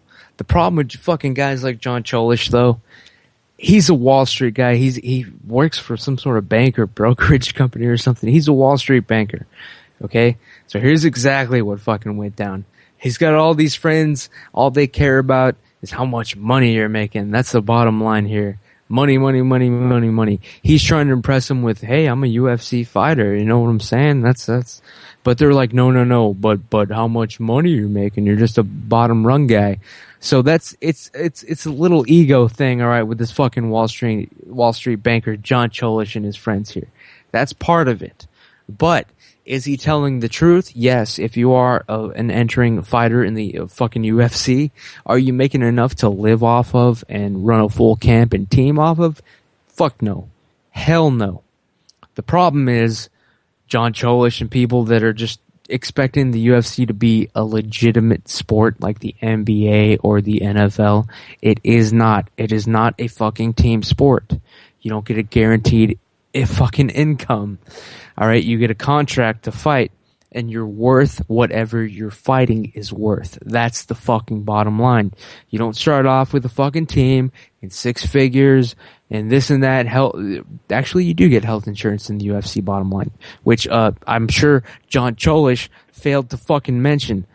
The reality is the UFC is your chance to become a fighter who earns money enough to be successful and rich for a fucking career. It's not. You're not being drafted to an NFL team. That's the bottom line. And I was actually reading something that our friend Mike Hammersmith from MMA Valor wrote, actually quoting part of his Facebook status here. He put, hell, two of the current champions, Benson Henderson and John Jones, came into the Zuffa fold as late replacements, so they made crap for their first bouts as well. Now they're millionaires on virtue of their skills, and that's what I sort of, I side with him. Cholish, look, if you're a good fighter, you'll get recognized for it. You'll make a lot of money. But if you're not good enough to crack the Facebook prelims, then you're just going to be compensated for the amount of money that you bring in, which is very little. Ash? I mean, I understand both sides of it. Like, if I'm Dana White and I'm Lorenzo Fertitta, like, I don't want to give these fucking dudes no money, but if you're fucking struggling, like, to get to the... Like Nick Diaz was saying, like GSP has all this money to train and to hire the best nutritionist, everything. Like when you're an up-and-comer, you ain't got that. So if you make it to the UFC, I think you should be compensated. I think you should be paid a little bit better. I think you should. I mean, $10,000 a fight, dude. That doesn't even cover the fucking training camp to do it and the fucking ride there. You know what I'm saying? Like. Yeah, I'm actually looking up, I'm trying to find the pay right now. I can't fucking find it. But once again, to quote Hammersmith, another thing he said, the fact UFC makes money doesn't mean anything in terms of what they pay their fighters. That's like asking McDonald's to pay all their cashiers $90 an hour because they can afford it. Yeah. John Cholish was the McDonald's cashier of the UFC and was paid for his services with his payment agreed to beforehand via contract. It's just...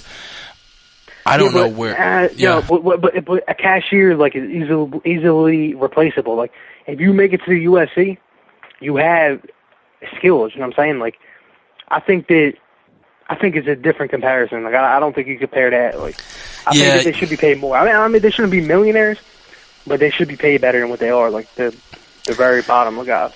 Yeah, I would say that I would say the cashiers of the UFC are the motherfuckers taking tickets and shit, and the ushers of the stadium. They're definitely more than cashiers, and I don't know exactly, because the real shady thing, or yeah, I guess it's shady. The real thing I'm not sure about is Dana White has said many times that when you see, you know, this dude made $20,000. He really made much more than that. Like the story about UFC 159. I think, let me look. The UFC 159 payrolls. I think officially, Chael Sonnen made. Chael Sonnen officially made $50,000 at UFC 159. We all know he made more than $1 million from the UFC, and a lot of it's just not official. And I'm not sure, as far as the lower tier guys, how that works out. Do you have any idea, Ramses? Yeah, let me just. Fuck! Oh, holy shit! Do you have more steroids? I thought you used them all up. I just went to check my tweets, and I tapped my fucking Samsung Galaxy S2 phone, and it broke apart. It just bursted from sheer strength of my tapping. Oh shit, dude. This TRT shit is fucking ridiculous, man. Holy shit, my phone doesn't work anymore. I apologize. Damn. Listen, Pete, we were on TRT on, what the fuck were you talking about? I'm sorry, Jake. We were talking about fighter pay, and I asked if you had any insight, like, for instance, Chael officially made $50K for UFC 159, when we know he made much more than that. Here's the fucking deal. Well, Chael, trust me, Chael hides his money better than the Bush family. All right, people. That's all I have to say about that. But getting into Westland Cholish, Pizza though, may or may not be a front. Exactly. But getting into fucking John Cholish, though, dude, this guy, he should have kept his mouth shut. Listen, this is a fact. The UFC actually paid Cholish $5,000 as a discretionary bonus. Even though he fucking lost, they gave him $5 extra K. And this fucking guy still retires and gets on the fucking air complaining that the UFC doesn't take care of their people. That is fucking bullshit, people. Look, the organization is giving away $50,000, like, just giving it away if you get submission of the night, knockout of the night. But you know how many do the math. How many pay-per-view orders is that? $50,000. How many people is that?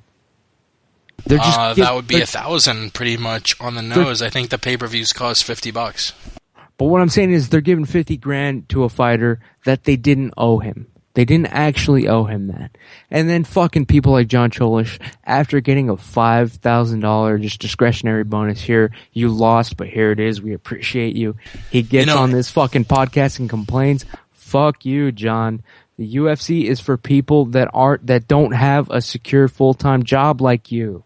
Shut the fuck up. Whoa. I think we're getting a little roid rage here.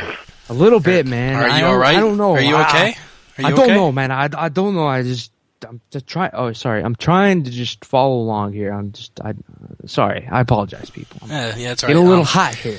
I just don't know if John Cholish is ready to deal with the heat. Hey, another thing a lot of people don't know, the UFC does give away locker room bonuses for guys who put on a hell of a show. This is aside from the fight of the night, sub of the night, knockout of the night. If you put forth a great show, the UFC is going to cut you off a little more. And guess who wasn't putting on great shows? John Cholish. Ash, you have anything to add before we get to UFC 160? Talk about the main card, who we got? I mean, I can see what Ramsey's saying, but then again, dude, like I said earlier, when you make it to the UFC, you're getting paid $10,000, $15,000. Like that ain't cutting it, man. Like that's not even covering like the nutrition, the camp, the fucking plane ride there. Like I don't know. I think they have to compensate. Yeah, but it costs a lot to be a UFC fighter with training, travel, etc. Yeah. But deciding to be a professional fighter in your personal life is a gamble. You have to gamble. Sure. So but you're not going to make what you're... They're putting their fucking, like, health on the line. Like, it's definitely a personal choice. But when the UFC, dude, Dana White, it could fucking shit away $500,000 and not give a fuck. He gambles that much. He don't give a fuck. You know what I'm saying? So instead of gambling that shit away, maybe throw a couple extra grand to these fucking dudes. Like, I'm not saying make them millionaires off their first fight, but give them a little bit, you know what I'm saying? No, I understand. And I will, like, I do, like, it's easy to say, like, you know, Dana, he's fucking gambling away this and that. He gambles more than a fighter's entire purse with every fucking blackjack hand. But then again, if I'm Dana White, I understand what you're saying. Like, fuck them. But, you know what I'm saying? I understand both sides. Sexy ass Dana White. Wait, just one thing I just want to get in. Like, I do have to say that, yes, I'm sure Dana White does spend this and that, but I have actually talked to people. Like, for instance, we interviewed one of my first ever MMA guest that I ever interviewed on a podcast was Connor Hune, a Strikeforce fighter. He didn't even ever fight in the UFC, but Dana White actually paid for his fucking hip surgery. Like, for no reason. He didn't have any fucking reason to do it. It was just a blackjack hand to him. But he did it. So for that reason, like, I will always give the UFC the benefit of the doubt. Because I know for a fact that one guy that I actually did talk to who needed the money, he got it from Dana White personally. So for that reason alone, like, someone's going to have to prove me wrong. Like, I think they take care of their fighters. Definitely. I mean, Dana. No, it's all you. Nah, Dana's definitely a good dude, but I mean, it is a business. Like, they can't be. But dude, like 10 grand. Think about that. 10 to 15 fucking grand when you're fighting in the UFC. No, man, I know. You know what I'm saying? That's a pretty expensive ass whooping if you get injured. When the UFC is making profit-wise, the UFC is probably making between $5 and $10 million an event. And if you get injured, the surgery alone is going to be at least $100,000. Yeah, but the UFC will cover that either way. They will. That's what I'm saying. I'm saying it's not perfect, but not always. Didn't they fuck around with Tito? Yeah, but Tito's a millionaire, man. I don't feel bad for that guy. Yeah, they did. They did. They always try to, but until, like, it's a shame that the fighters have to speak up and make it a spectacle and make people aware. But in the end, so far, the UFC has been doing the right thing. So I will give them credit for that because they're the first organization of its kind. They're learning as it goes along. But so far, they have done the right thing every time as far as I've seen. All right, and unless either of you guys got something to put in before we move on, if you do, just interrupt my ass. We will move on. Ramses, you have a fight tip? If you do, awesome. If not, we'll just go to UFC 160, the preview. Here's the fucking only fight tip I fucking have. Okay. I gotta cue up the music. If you're Good, I don't even know what I'm going to say. I don't even have this fucking prepared in front of me. Ramses is roided to the gills, and this is his fight tip this week. Yep. Look, I just shot myself up with some shit. I don't even know where it came from. I just went to a local MMA gym here in Austin, Texas. I will admit that. You don't know who it's from. I'm not saying that Colton Smith has anything to do with this. I shot myself up under my own accord. I am juiced to the gills. I'm feeling it right now. I'm feeling the heat.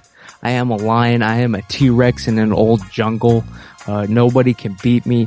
I've got Jesus on my side. Whatever the hell's supposed to happen when you shoot yourself up. My fight tip is simply this, people.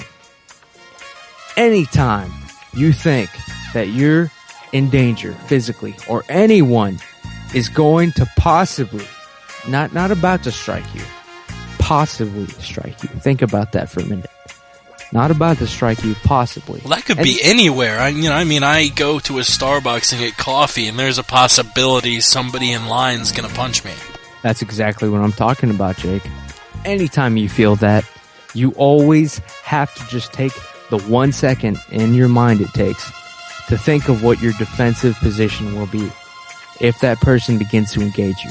Anytime you're in public and you think anyone is within striking distance, people, you formulate that plan inside your head. I know you don't want to think it. You want to be like, oh, maybe I should be polite, move out of the way. No, this person is invading your space. He's coming towards you. He's behind you. He's looking over your shoulder. He's checking your emails, whatever. Maybe they live next door. Maybe they play their music too loud at night. Whatever it is, you have to be ready basically, I'll just boil it down real quick and then I'll end this fight tip. Be ready at any time in your fucking life to punch whoever gets close to you in the fucking face, slap their fucking, well, you want to jab them in the throat. We went over this before. You got to go for the throat, the eyes, and the balls. If it's a chick, the throat, the eyes, and then you have to break their back. That's the fight tip of the week. That's the word on the street. Take it. See you next week at the dojo, motherfuckers. Alright, UFC 160. Let's jump straight into that. We are going to break down all 5 cards on the main card. There are 7 prelim fights. I'll break them down real quick. Mike Pyle, Rick Story, Bermudez Holloway, Colton Smith, who we definitely have not bought any steroids from for this episode, versus Robert Whittaker, Khabib whatever the fuck, versus Abel Trujillo, Stephen Thompson, Nisha Burrell, Brian Bowles, George Roop, Jeremy Stevens, Esteban Payan. Out of all those prelim fights, which one are you looking forward to the most? I'll start off with Ramses, even though I'm pretty sure his answer is going to be none of them because nobody gives a fuck. Holy shit. He's the Sylvia Brown of MMA Podcast. He is a psychic. Jake.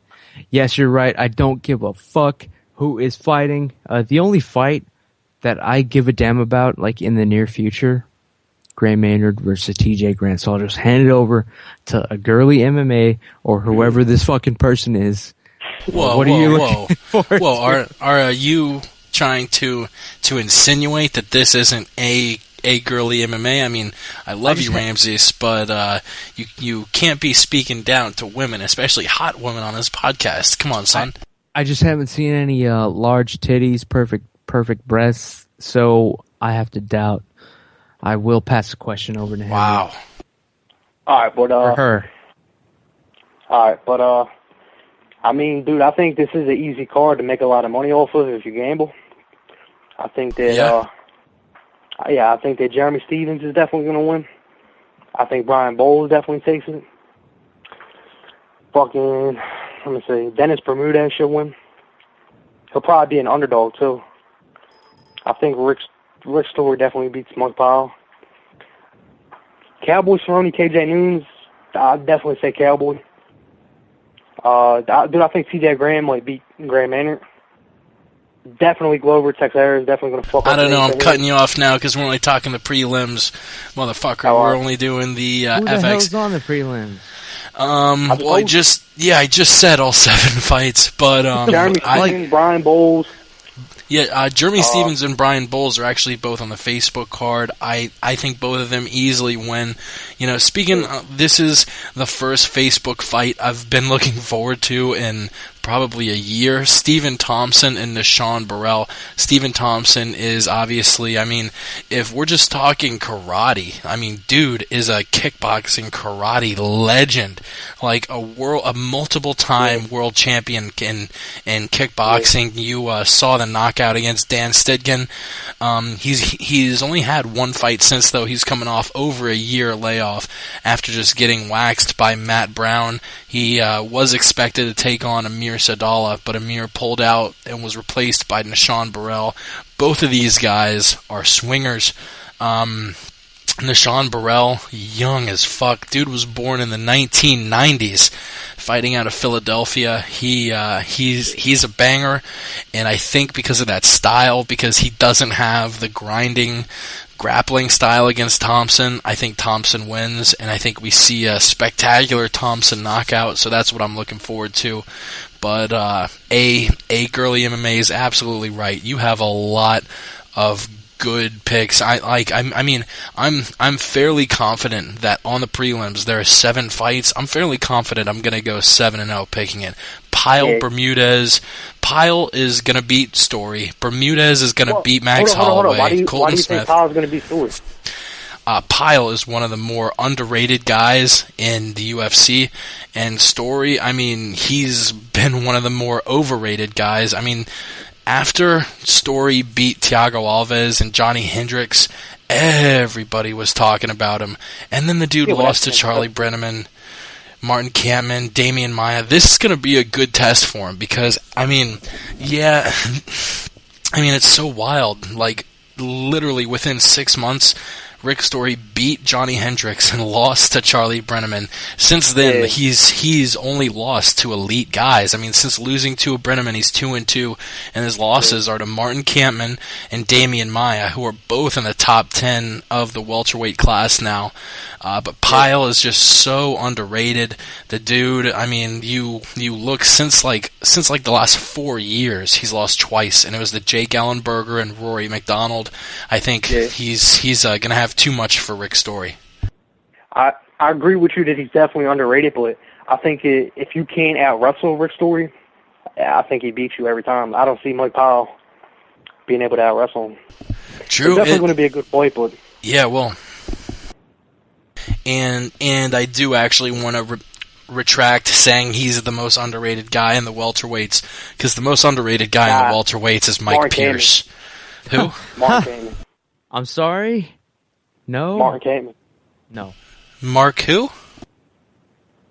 No, I'm thinking middleweight, my bad. No, you just wait until fucking Brian Ebersol comes back, you motherfuckers. That's all I have to say. Wait, I legit didn't hear the last name. Mark who? Oh, yeah, I don't know No, what I he was am right. saying. Yeah, Martin Kampman, I said. Oh, He's Kampman.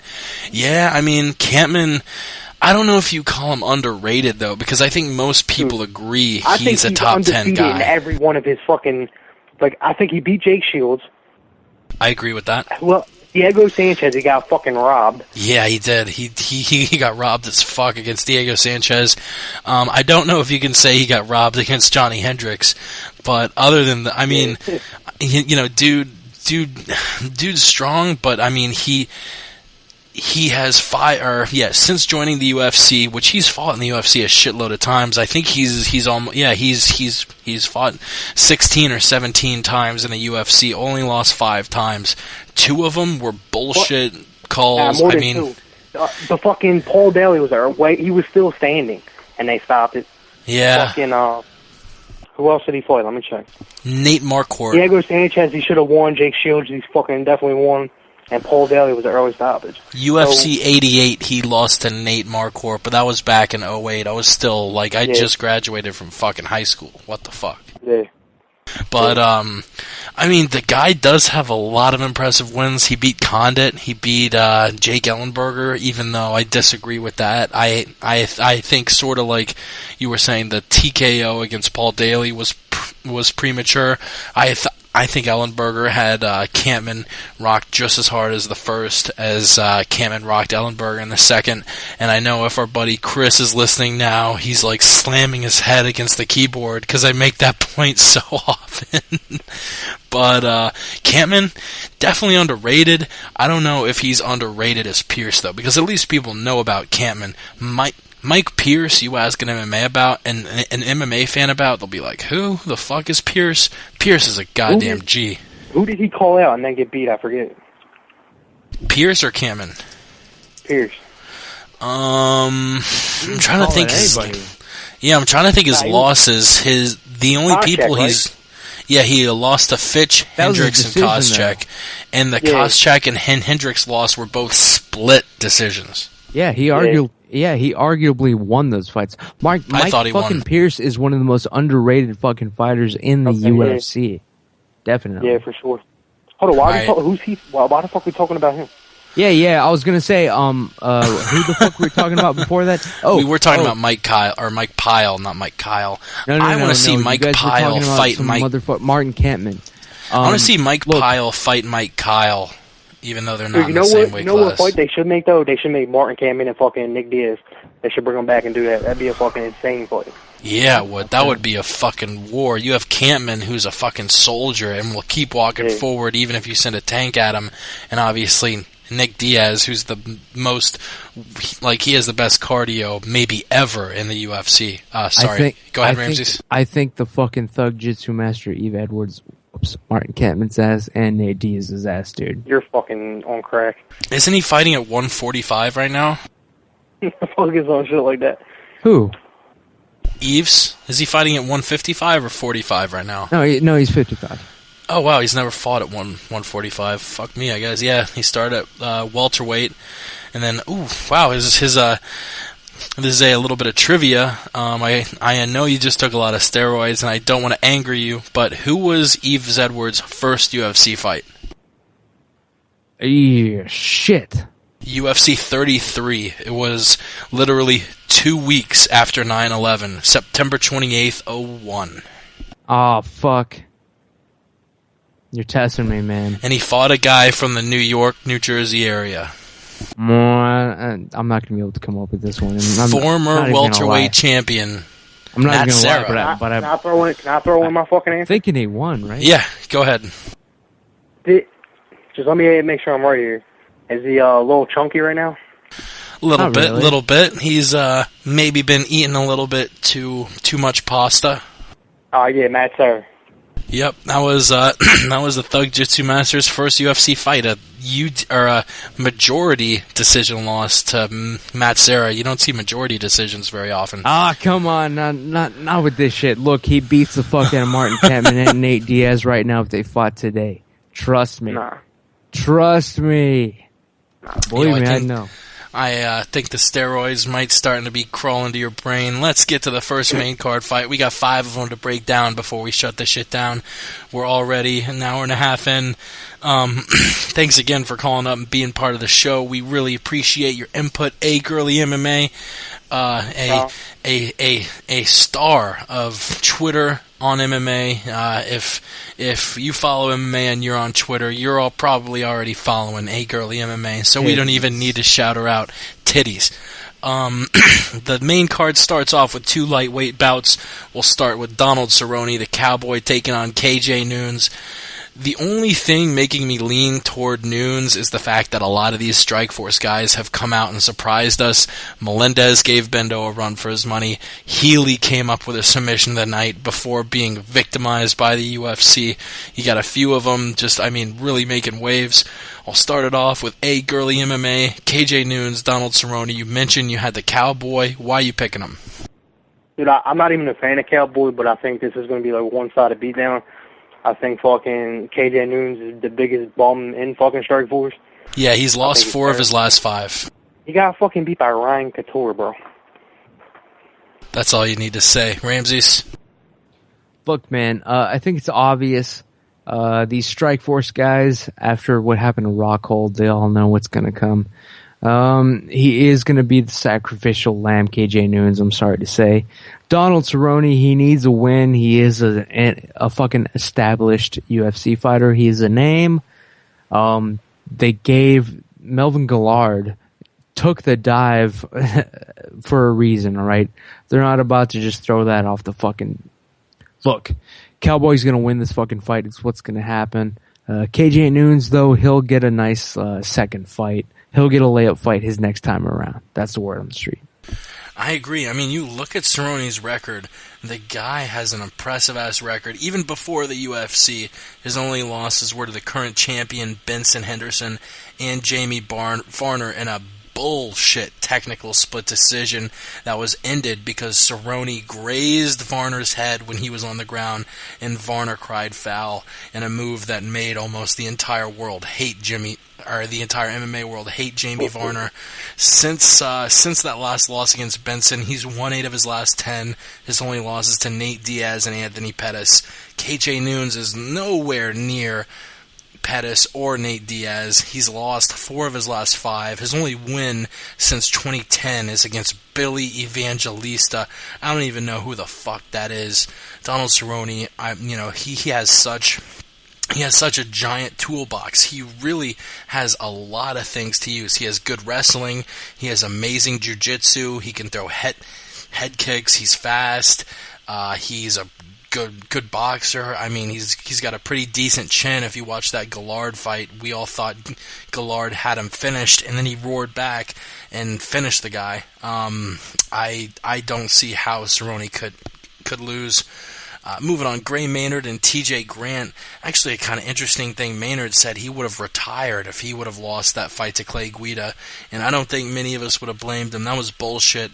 Literally, I saw Clay Guida at the House of Blues in Chicago when I was living there last year to see Joey Diaz and Ari Shafir. Clay Guida was there, And I would have gone up to Clay and shook his hand and been like, dude, Clay, I'm a giant fan. You're awesome. You're great. This would, like, the Guida Maynard fight was literally like 3 or 4 months before that. And I didn't want to go up and shake Guida's hand because I did not respect the way he fought in the Maynard fight. I mean, as much as I respect fighters who go out there and put their heart on the line, I can't respect a guy who runs for 15 minutes. That was the most pussy shit I've ever seen in the octagon. Gray Maynard hasn't fought for almost a year, coming off a little bit of a layoff. But I mean, Grant, he's got a great story. You know, whatever the fuck. He moved down to lightweight, I guess, in 2011. He's 4-0 since, but they're all against bums, and Maynard's going to put him away quick. Ramses, what are your thoughts? All right, guys. I had called a first-round knockout last time with Belfort, and I'm going to do it again with Gray Maynard. First-round knockout. I don't even know what the fuck to think, people. Honestly, the juice is just, it's getting into my head right now. I know I'm not thinking clearly, but I can tell you this. When Gray Maynard starts fucking talking about retiring, it's not a fucking good sign. He is one of my favorite fucking fighters. I am not liking this fucking talk from him, but I think he is gonna beat TJ Grant. I mean, it's his fucking last stand, apparently, is what he's fucking trying to tell us between the lines. Yeah, fucking Clay Guida did fucking embarrass the shit out of him. He disgraced the sport himself. He insulted Gray Maynard. But keep in mind, people, Gray Maynard has only lost one fight in the UFC. It was Frankie Edgar. It was a fucking fluke in a rematch. He did get knocked out in the Tough 5 finale when he knocked he himself and the out. other guy. Yeah. No, he KO'd himself in that fight. Can someone just... Sorry. I actually watched the video for our of it new now. listeners. Yeah, for our new listeners, can someone else break down exactly what we're talking about while I smoke some All weed? right, the Tough 5 finale, Gray Maynard took on a guy. I'm watching it now, and it just had to happen. Gray Maynard took on a guy named Rob Emerson. The fight was ruled a no contest because even though Maynard was dominating the fight, Maynard shoots for a takedown, wraps up a double, gets both of his arms under the guy's ass, takes him down. Maynard's head was like on was sort of like on the guy's side, and when he takes him down, the first thing that touches the ground is actually Maynard's head. The takedown also injured the other fighter, so literally after the takedown, you have the guy being taken down, laying there just like, and Maynard takes him down and then rolls over, and he himself can't continue. Neither guy could go on after the takedown. It was one of the craziest things we've ever seen. It's basically one of the damnedest things in MMA. It was a simultaneous TKO. For anybody that hasn't seen it, just look up Gray Maynard versus who? Maynard TKO'd 2 people at once. It was Gray Maynard taking on Rob Emerson. Okay, Maynard Emerson. Anyway, aside from that, Gray Maynard has only lost one fight in the UFC. It was a Frankie Edgar. It was a title fight. It was a rematch after a draw. And, you know, I think, you know, basically Gray Maynard made a fucking mistake. I think he is one of the fucking best fighters on the planet, sorry. And hopefully, I don't like this talk about retiring. That's automatically sending off fucking warning signals in my fucking brain. But hopefully, he'll get that shit together. He will beat the shit out of TJ Grant. That's what I'm banking on. I think he is one of the best. I just hope he still believes in himself. Hey, Girly MMA, Gray Maynard and TJ Grant, what do you think's going to happen? I went back and forth with this. I mean, I don't think I think he was just saying, like, look, if I fucking lost to Gray Maynard, I'm going to retire. I don't think he was, like, really, like, sitting down and only plotting to retire. But yeah. Who'd I say? You said Maynard, but it's all good. Yeah, but fucking, I think, dude, I think TJ Grant's going to pull off the upset. I really do. I think he's, like, plus 180 right now. I think it's a good bet. I think that, definitely going to be a good fight. But I think that fucking TJ Grant, I think he's going to pull it off. Oh, hold on. TJ Grant is 20 wins and 5 losses. Gray Maynard is like Gray Maynard is 12-1, and the He's one 11, Frankie, 11, Frankie 1, Edgar. 1, and 1. Right. Basically, Yeah, but he'd be 11-2 if you count the Nate Diaz fight. the one where he knocked out the other guy. No, that didn't. No, the one where he got tried. That was a split decision. That was pretty controversial. Didn't Diaz choke him out? No, Diaz actually lost to Gray Maynard. It was a split decision, and a lot of people think Diaz won it. And it could have gone either way. The only time Maynard's ever been finished was that UFC 136 where Frankie Edgar KO'd him. And that was in Texas. Speaking of Texas, back to the word on the street. Oh, yeah. Well, fuck, now that you bring that up, I'd love to see, no matter what happens on this fucking fight, Gray Maynard versus the fucking Diaz rematch. That should fucking happen. That'd be a good one. Why the fuck not? I don't know. What's next, Jake? I'm just fucking, I gotta get up and like, it's weird, this shit that's in me right now. It's making me feel like I'm high, drunk, happy, just on top of everything, ready to conquer the world. I have to get Weren't up and you high dance and drunk bit. in the first place, though? Look, man, this is the greatest experience that's ever happened to me. I'm glad that I put this shit in my veins. I'm gonna get up and dance a little bit. What's next on the show? The next topic is Glover Teixeira and James Te-Huna, a light heavyweight match. Glover was really the talk of the town in the 205 class after he just put those insane ass whoopings on Kyle Kingsbury and Fabio Maldonado. And then after that sparring match against Rampage, we didn't really hear that much about him. I don't think James Te-Huna is the kind of guy you can get in a sparring match with, even though he is coming off 2 decision wins. They were exciting fights against Joey Beltran and Ryan Jimmo. The guy is not in any boring fights. Girly MMA, we got Glover, we got James Te-Huna, the Brazilian, taking on the New Zealander. Who you got? Dude, I think it's going to be a one-sided beatdown for real. I think Glover, it sounds crazy now, but I think that Glover is going to fight John Jones, and I think he's going to do, if he doesn't beat him, I think he's going to do the best out of anyone that John Jones has fought. Sounds crazy now, but dude, Glover, he started training MMA when he was 22. That's crazy. That's the year I started podcasting, son. Ramses, what are your thoughts? Yeah, Glover has this one. Just a little inside MMA baseball here. I was checking out a rival podcast, not a rival, a friend of mine. One of James Te-Huna's sponsors, was actually asking the host who James Te-Huna was. And I know, yeah. So, and I know that I think they sponsor Glover. So, wow. I'm just gonna go with Glover on this one, and I'm not gonna say another fucking word. That's the word in the street. Damn, that's pretty harsh. You think you're doling out cash at somebody you at least know their name. Junior Dos Santos and Mark Hunt, we did touch on it earlier, but we always can talk about it a little more. Ramses, you're going with Junior, aren't you? Yeah, definitely. The UFC wants JDS to win this fucking fight. It's obvious. These visa fucking issues with Mark Hunt. It looks like a setup to me, a distraction, something to take his mind off of it, something to keep his training half-assed. They want Mark Hunt to lose, because basically, if Mark Hunt is the UFC champion, what are they gonna fucking do? Sell out arenas in New Zealand? No. They want their Brazilian champion. I mean, Hunt's got a belly. I'm sure you could sell that in the U.S. No, he's not going to sell in New Zealand, the U.S., or Japan, even though he fought in Pride. No one's going to be paying for Mark Hunt pay-per-views. Dos Santos is a different story. This one's easy. It's going to be him all the way, unless Mark Hunt lands a lucky punch. The fact that he didn't, just drop out of the fight, they were fucking with him with the visa issues, keeping him on his toes.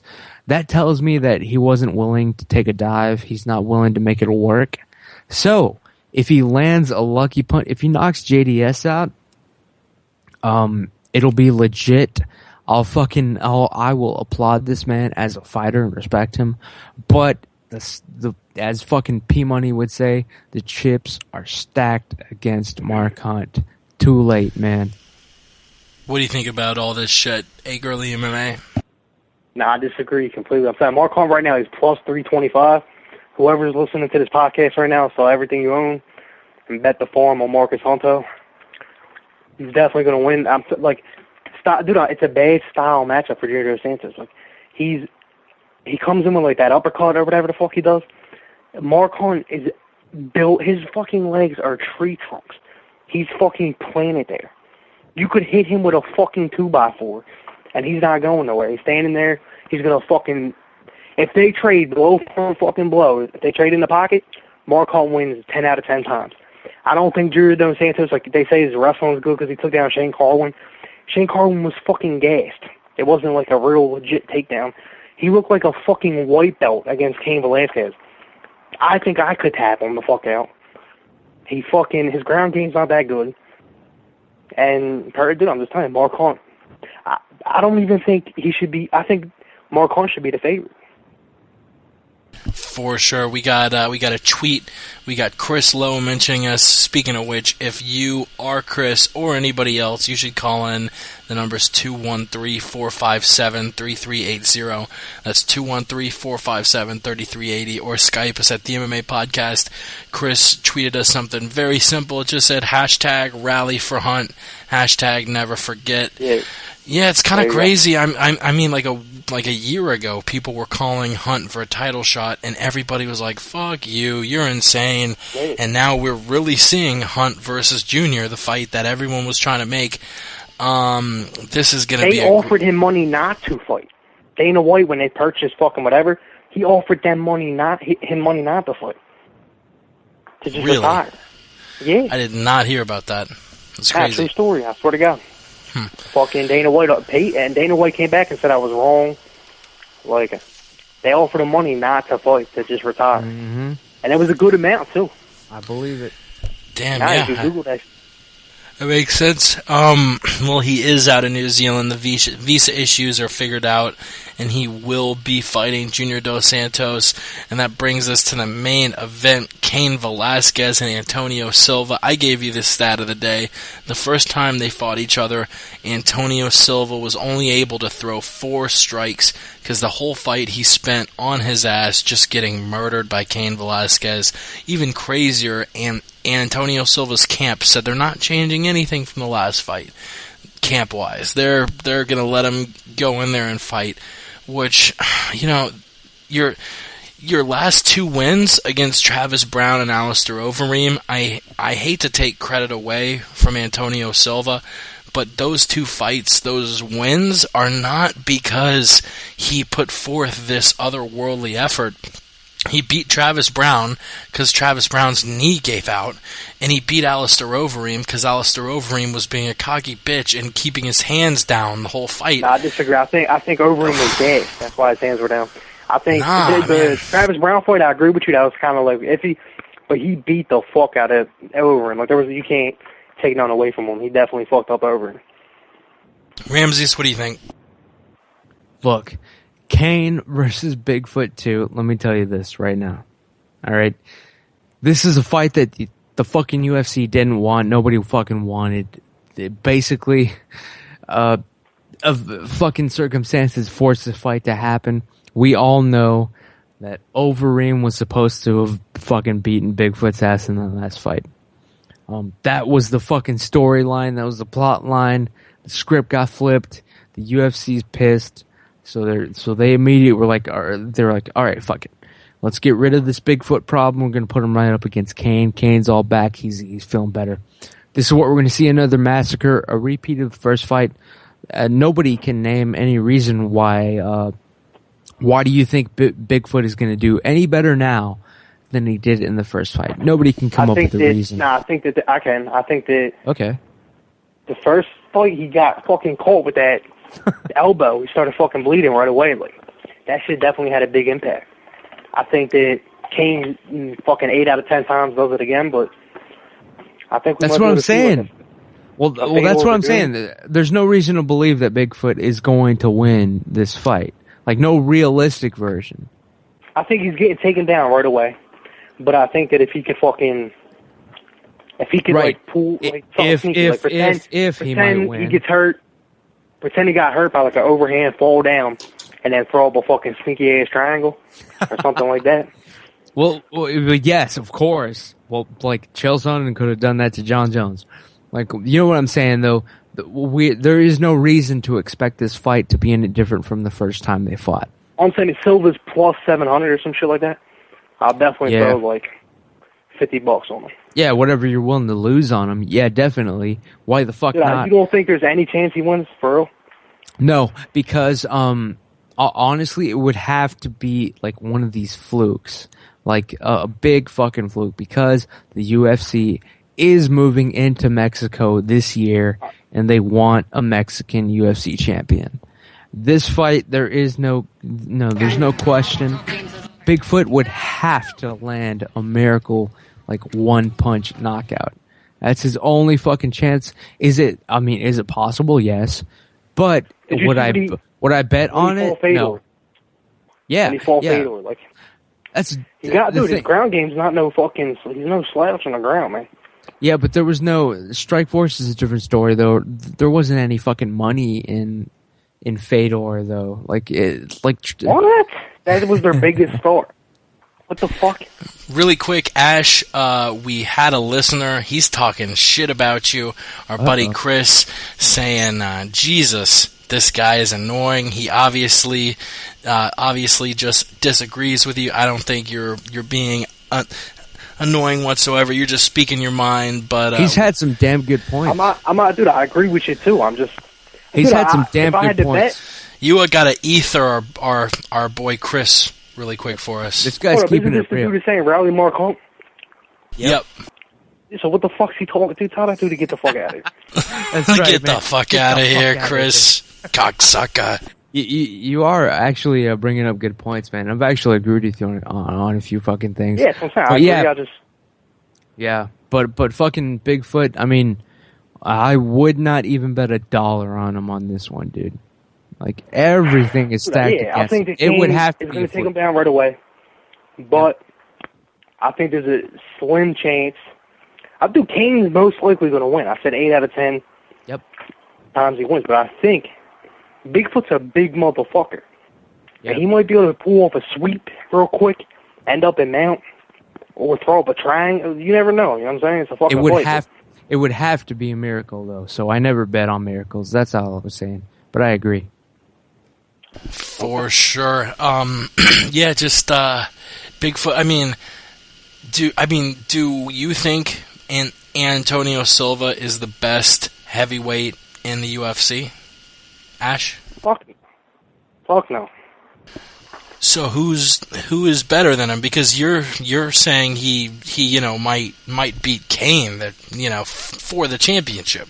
Styles make fights, man. Like, I think that. Like I said, I think that he could. Who's the best matchup against Kane? Is what you're asking me? Yeah. All right. Who's the best heavyweight? Who's the best heavyweight? Yeah. Who is the best heavyweight in the UFC? You can't just say that because A could fight B, but C could beat A. You know what I'm saying? Like, it doesn't. Someone, it's stylistically, like Cain Velasquez is most likely going to murder Antonio Silva, but I don't think he could beat Verdum like that. I think the best person to fight Kane right now is Verdum. That has the best chance of beating him in the heavyweight division. Do you think he probably would beat him, or do you think he just has the best chance? He has the best chance. I mean, but I think that Verdum is fucking disgusting off the ground. Like, I think he might be able to do it. All right, the final topic I'm going to put out there before I close this episode out, Junior Dos Santos and Cain Velasquez, whether you have them to win or not, they are favored in Vegas over Mark Hunt and Antonio Silva, and if Junior wins, there's a very good chance we see Velasquez versus Dos Santos 3, whether that's next fight or whether that's after, we figure out what goes down with the winner of Big Nog and Verdum is still to see. but both of them are young. Chances are we see Velasquez Dos Santos 3 sometime in the next year. Who you got if they face off again? I actually have Junior Dos Santos. I think Junior is the best heavyweight in the UFC. And I know a lot of people point at their first 2 fights and go, look, the first fight was a fluke. The second fight, Kane dominated him 25 minutes. I think if they fight a third time, Junior is going to make sure he doesn't get himself in those vulnerable spots, and he keeps the fight standing. And if the fight stays standing, Kane doesn't have a chance against Junior. What do you think, Ash? I think that I don't think the first fight was a fluke. I think he just fucking if you want to hit somebody and you hit him, it's not a fluke. But I think I would bet on Kane if they fought again. I think Kane takes him down again. And like I said, Junior Dos Santos, his ground game ain't that good, man. Like, he wasn't impressive at all. Once he got on his back, he was fucked. What's the word on the street? I'm sorry. Ramses, what's the word? Look, let me tell you something, people. Kane versus Dos Santos 3. There's no question about it. Look, people. Junior Dos Santos went from knocking this fucking bum out in 63 seconds to putting up with his pitter-patter punches for 5 rounds. Just for show, for the organization, for the fans, for the money, for the people, for the UFC. Junior Dos Santos did that for you. It was an obvious fucking work. He didn't, but he wouldn't suffer the indignity of faking a knockout to this man, alright? He went 5 full fucking rounds. He was like, alright, I'll let this guy fucking hit me and barely win a decision. I'll let that fucking happen. Barely win a decision? What?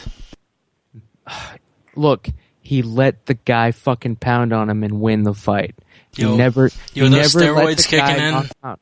He never let the guy knock him out. We all saw it. Look, you don't go from 63-second knockout to 25 minutes of my ass is getting whooped. I have no answer. Kane was hurt going in that fight too. The first one. Oh, yeah, that's what they always say after. Just like Anderson and Chael, man. Knee injury, I think. Well, where was that shit before the fight?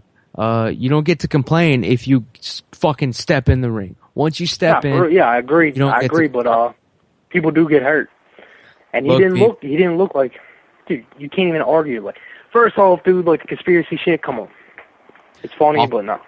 No one's getting their ass whooped for 25 minutes.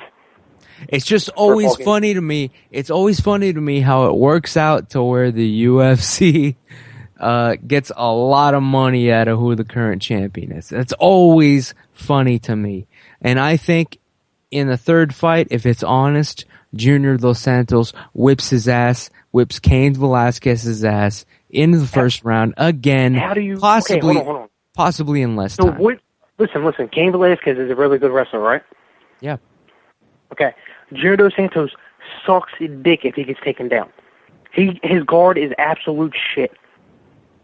I'm not like hating on him. He just he look like a white. The key is going to be to stop the takedown because I think we all can agree once he's taken down, he's fucked. He's got to stop the takedown. Exactly. How much of that shit happened in the second fight? And why didn't Kane finish if he's got this crazy ground and pound? Sorry, guys. Junior Dos Santos whoops his ass easily if they fucking give him permission. Dude, alright. I'm not even going to respond to that. And that's a good spot.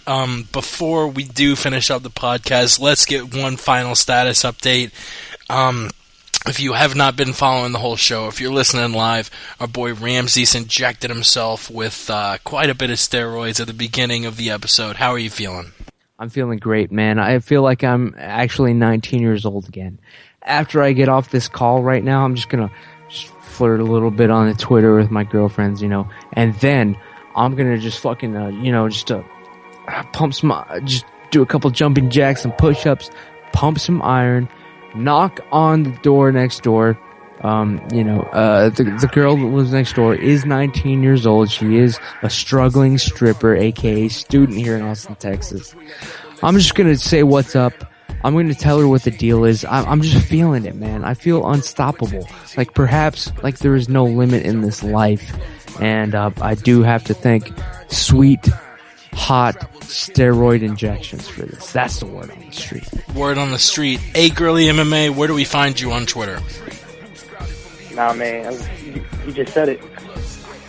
For sure. A Girly MMA. Follow this fine-ass broad who likes to call up and likes to give Twitter predictions. Look on YouTube, A Girly MMA. Check him out.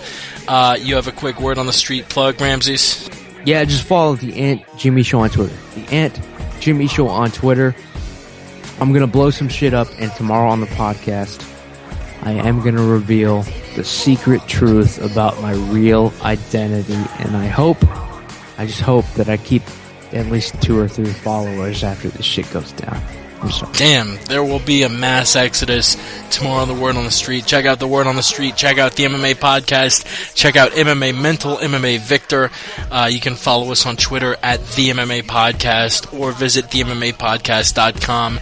We usually do the MMA Podcast on Friday and the MMA Roundtable on Thursday.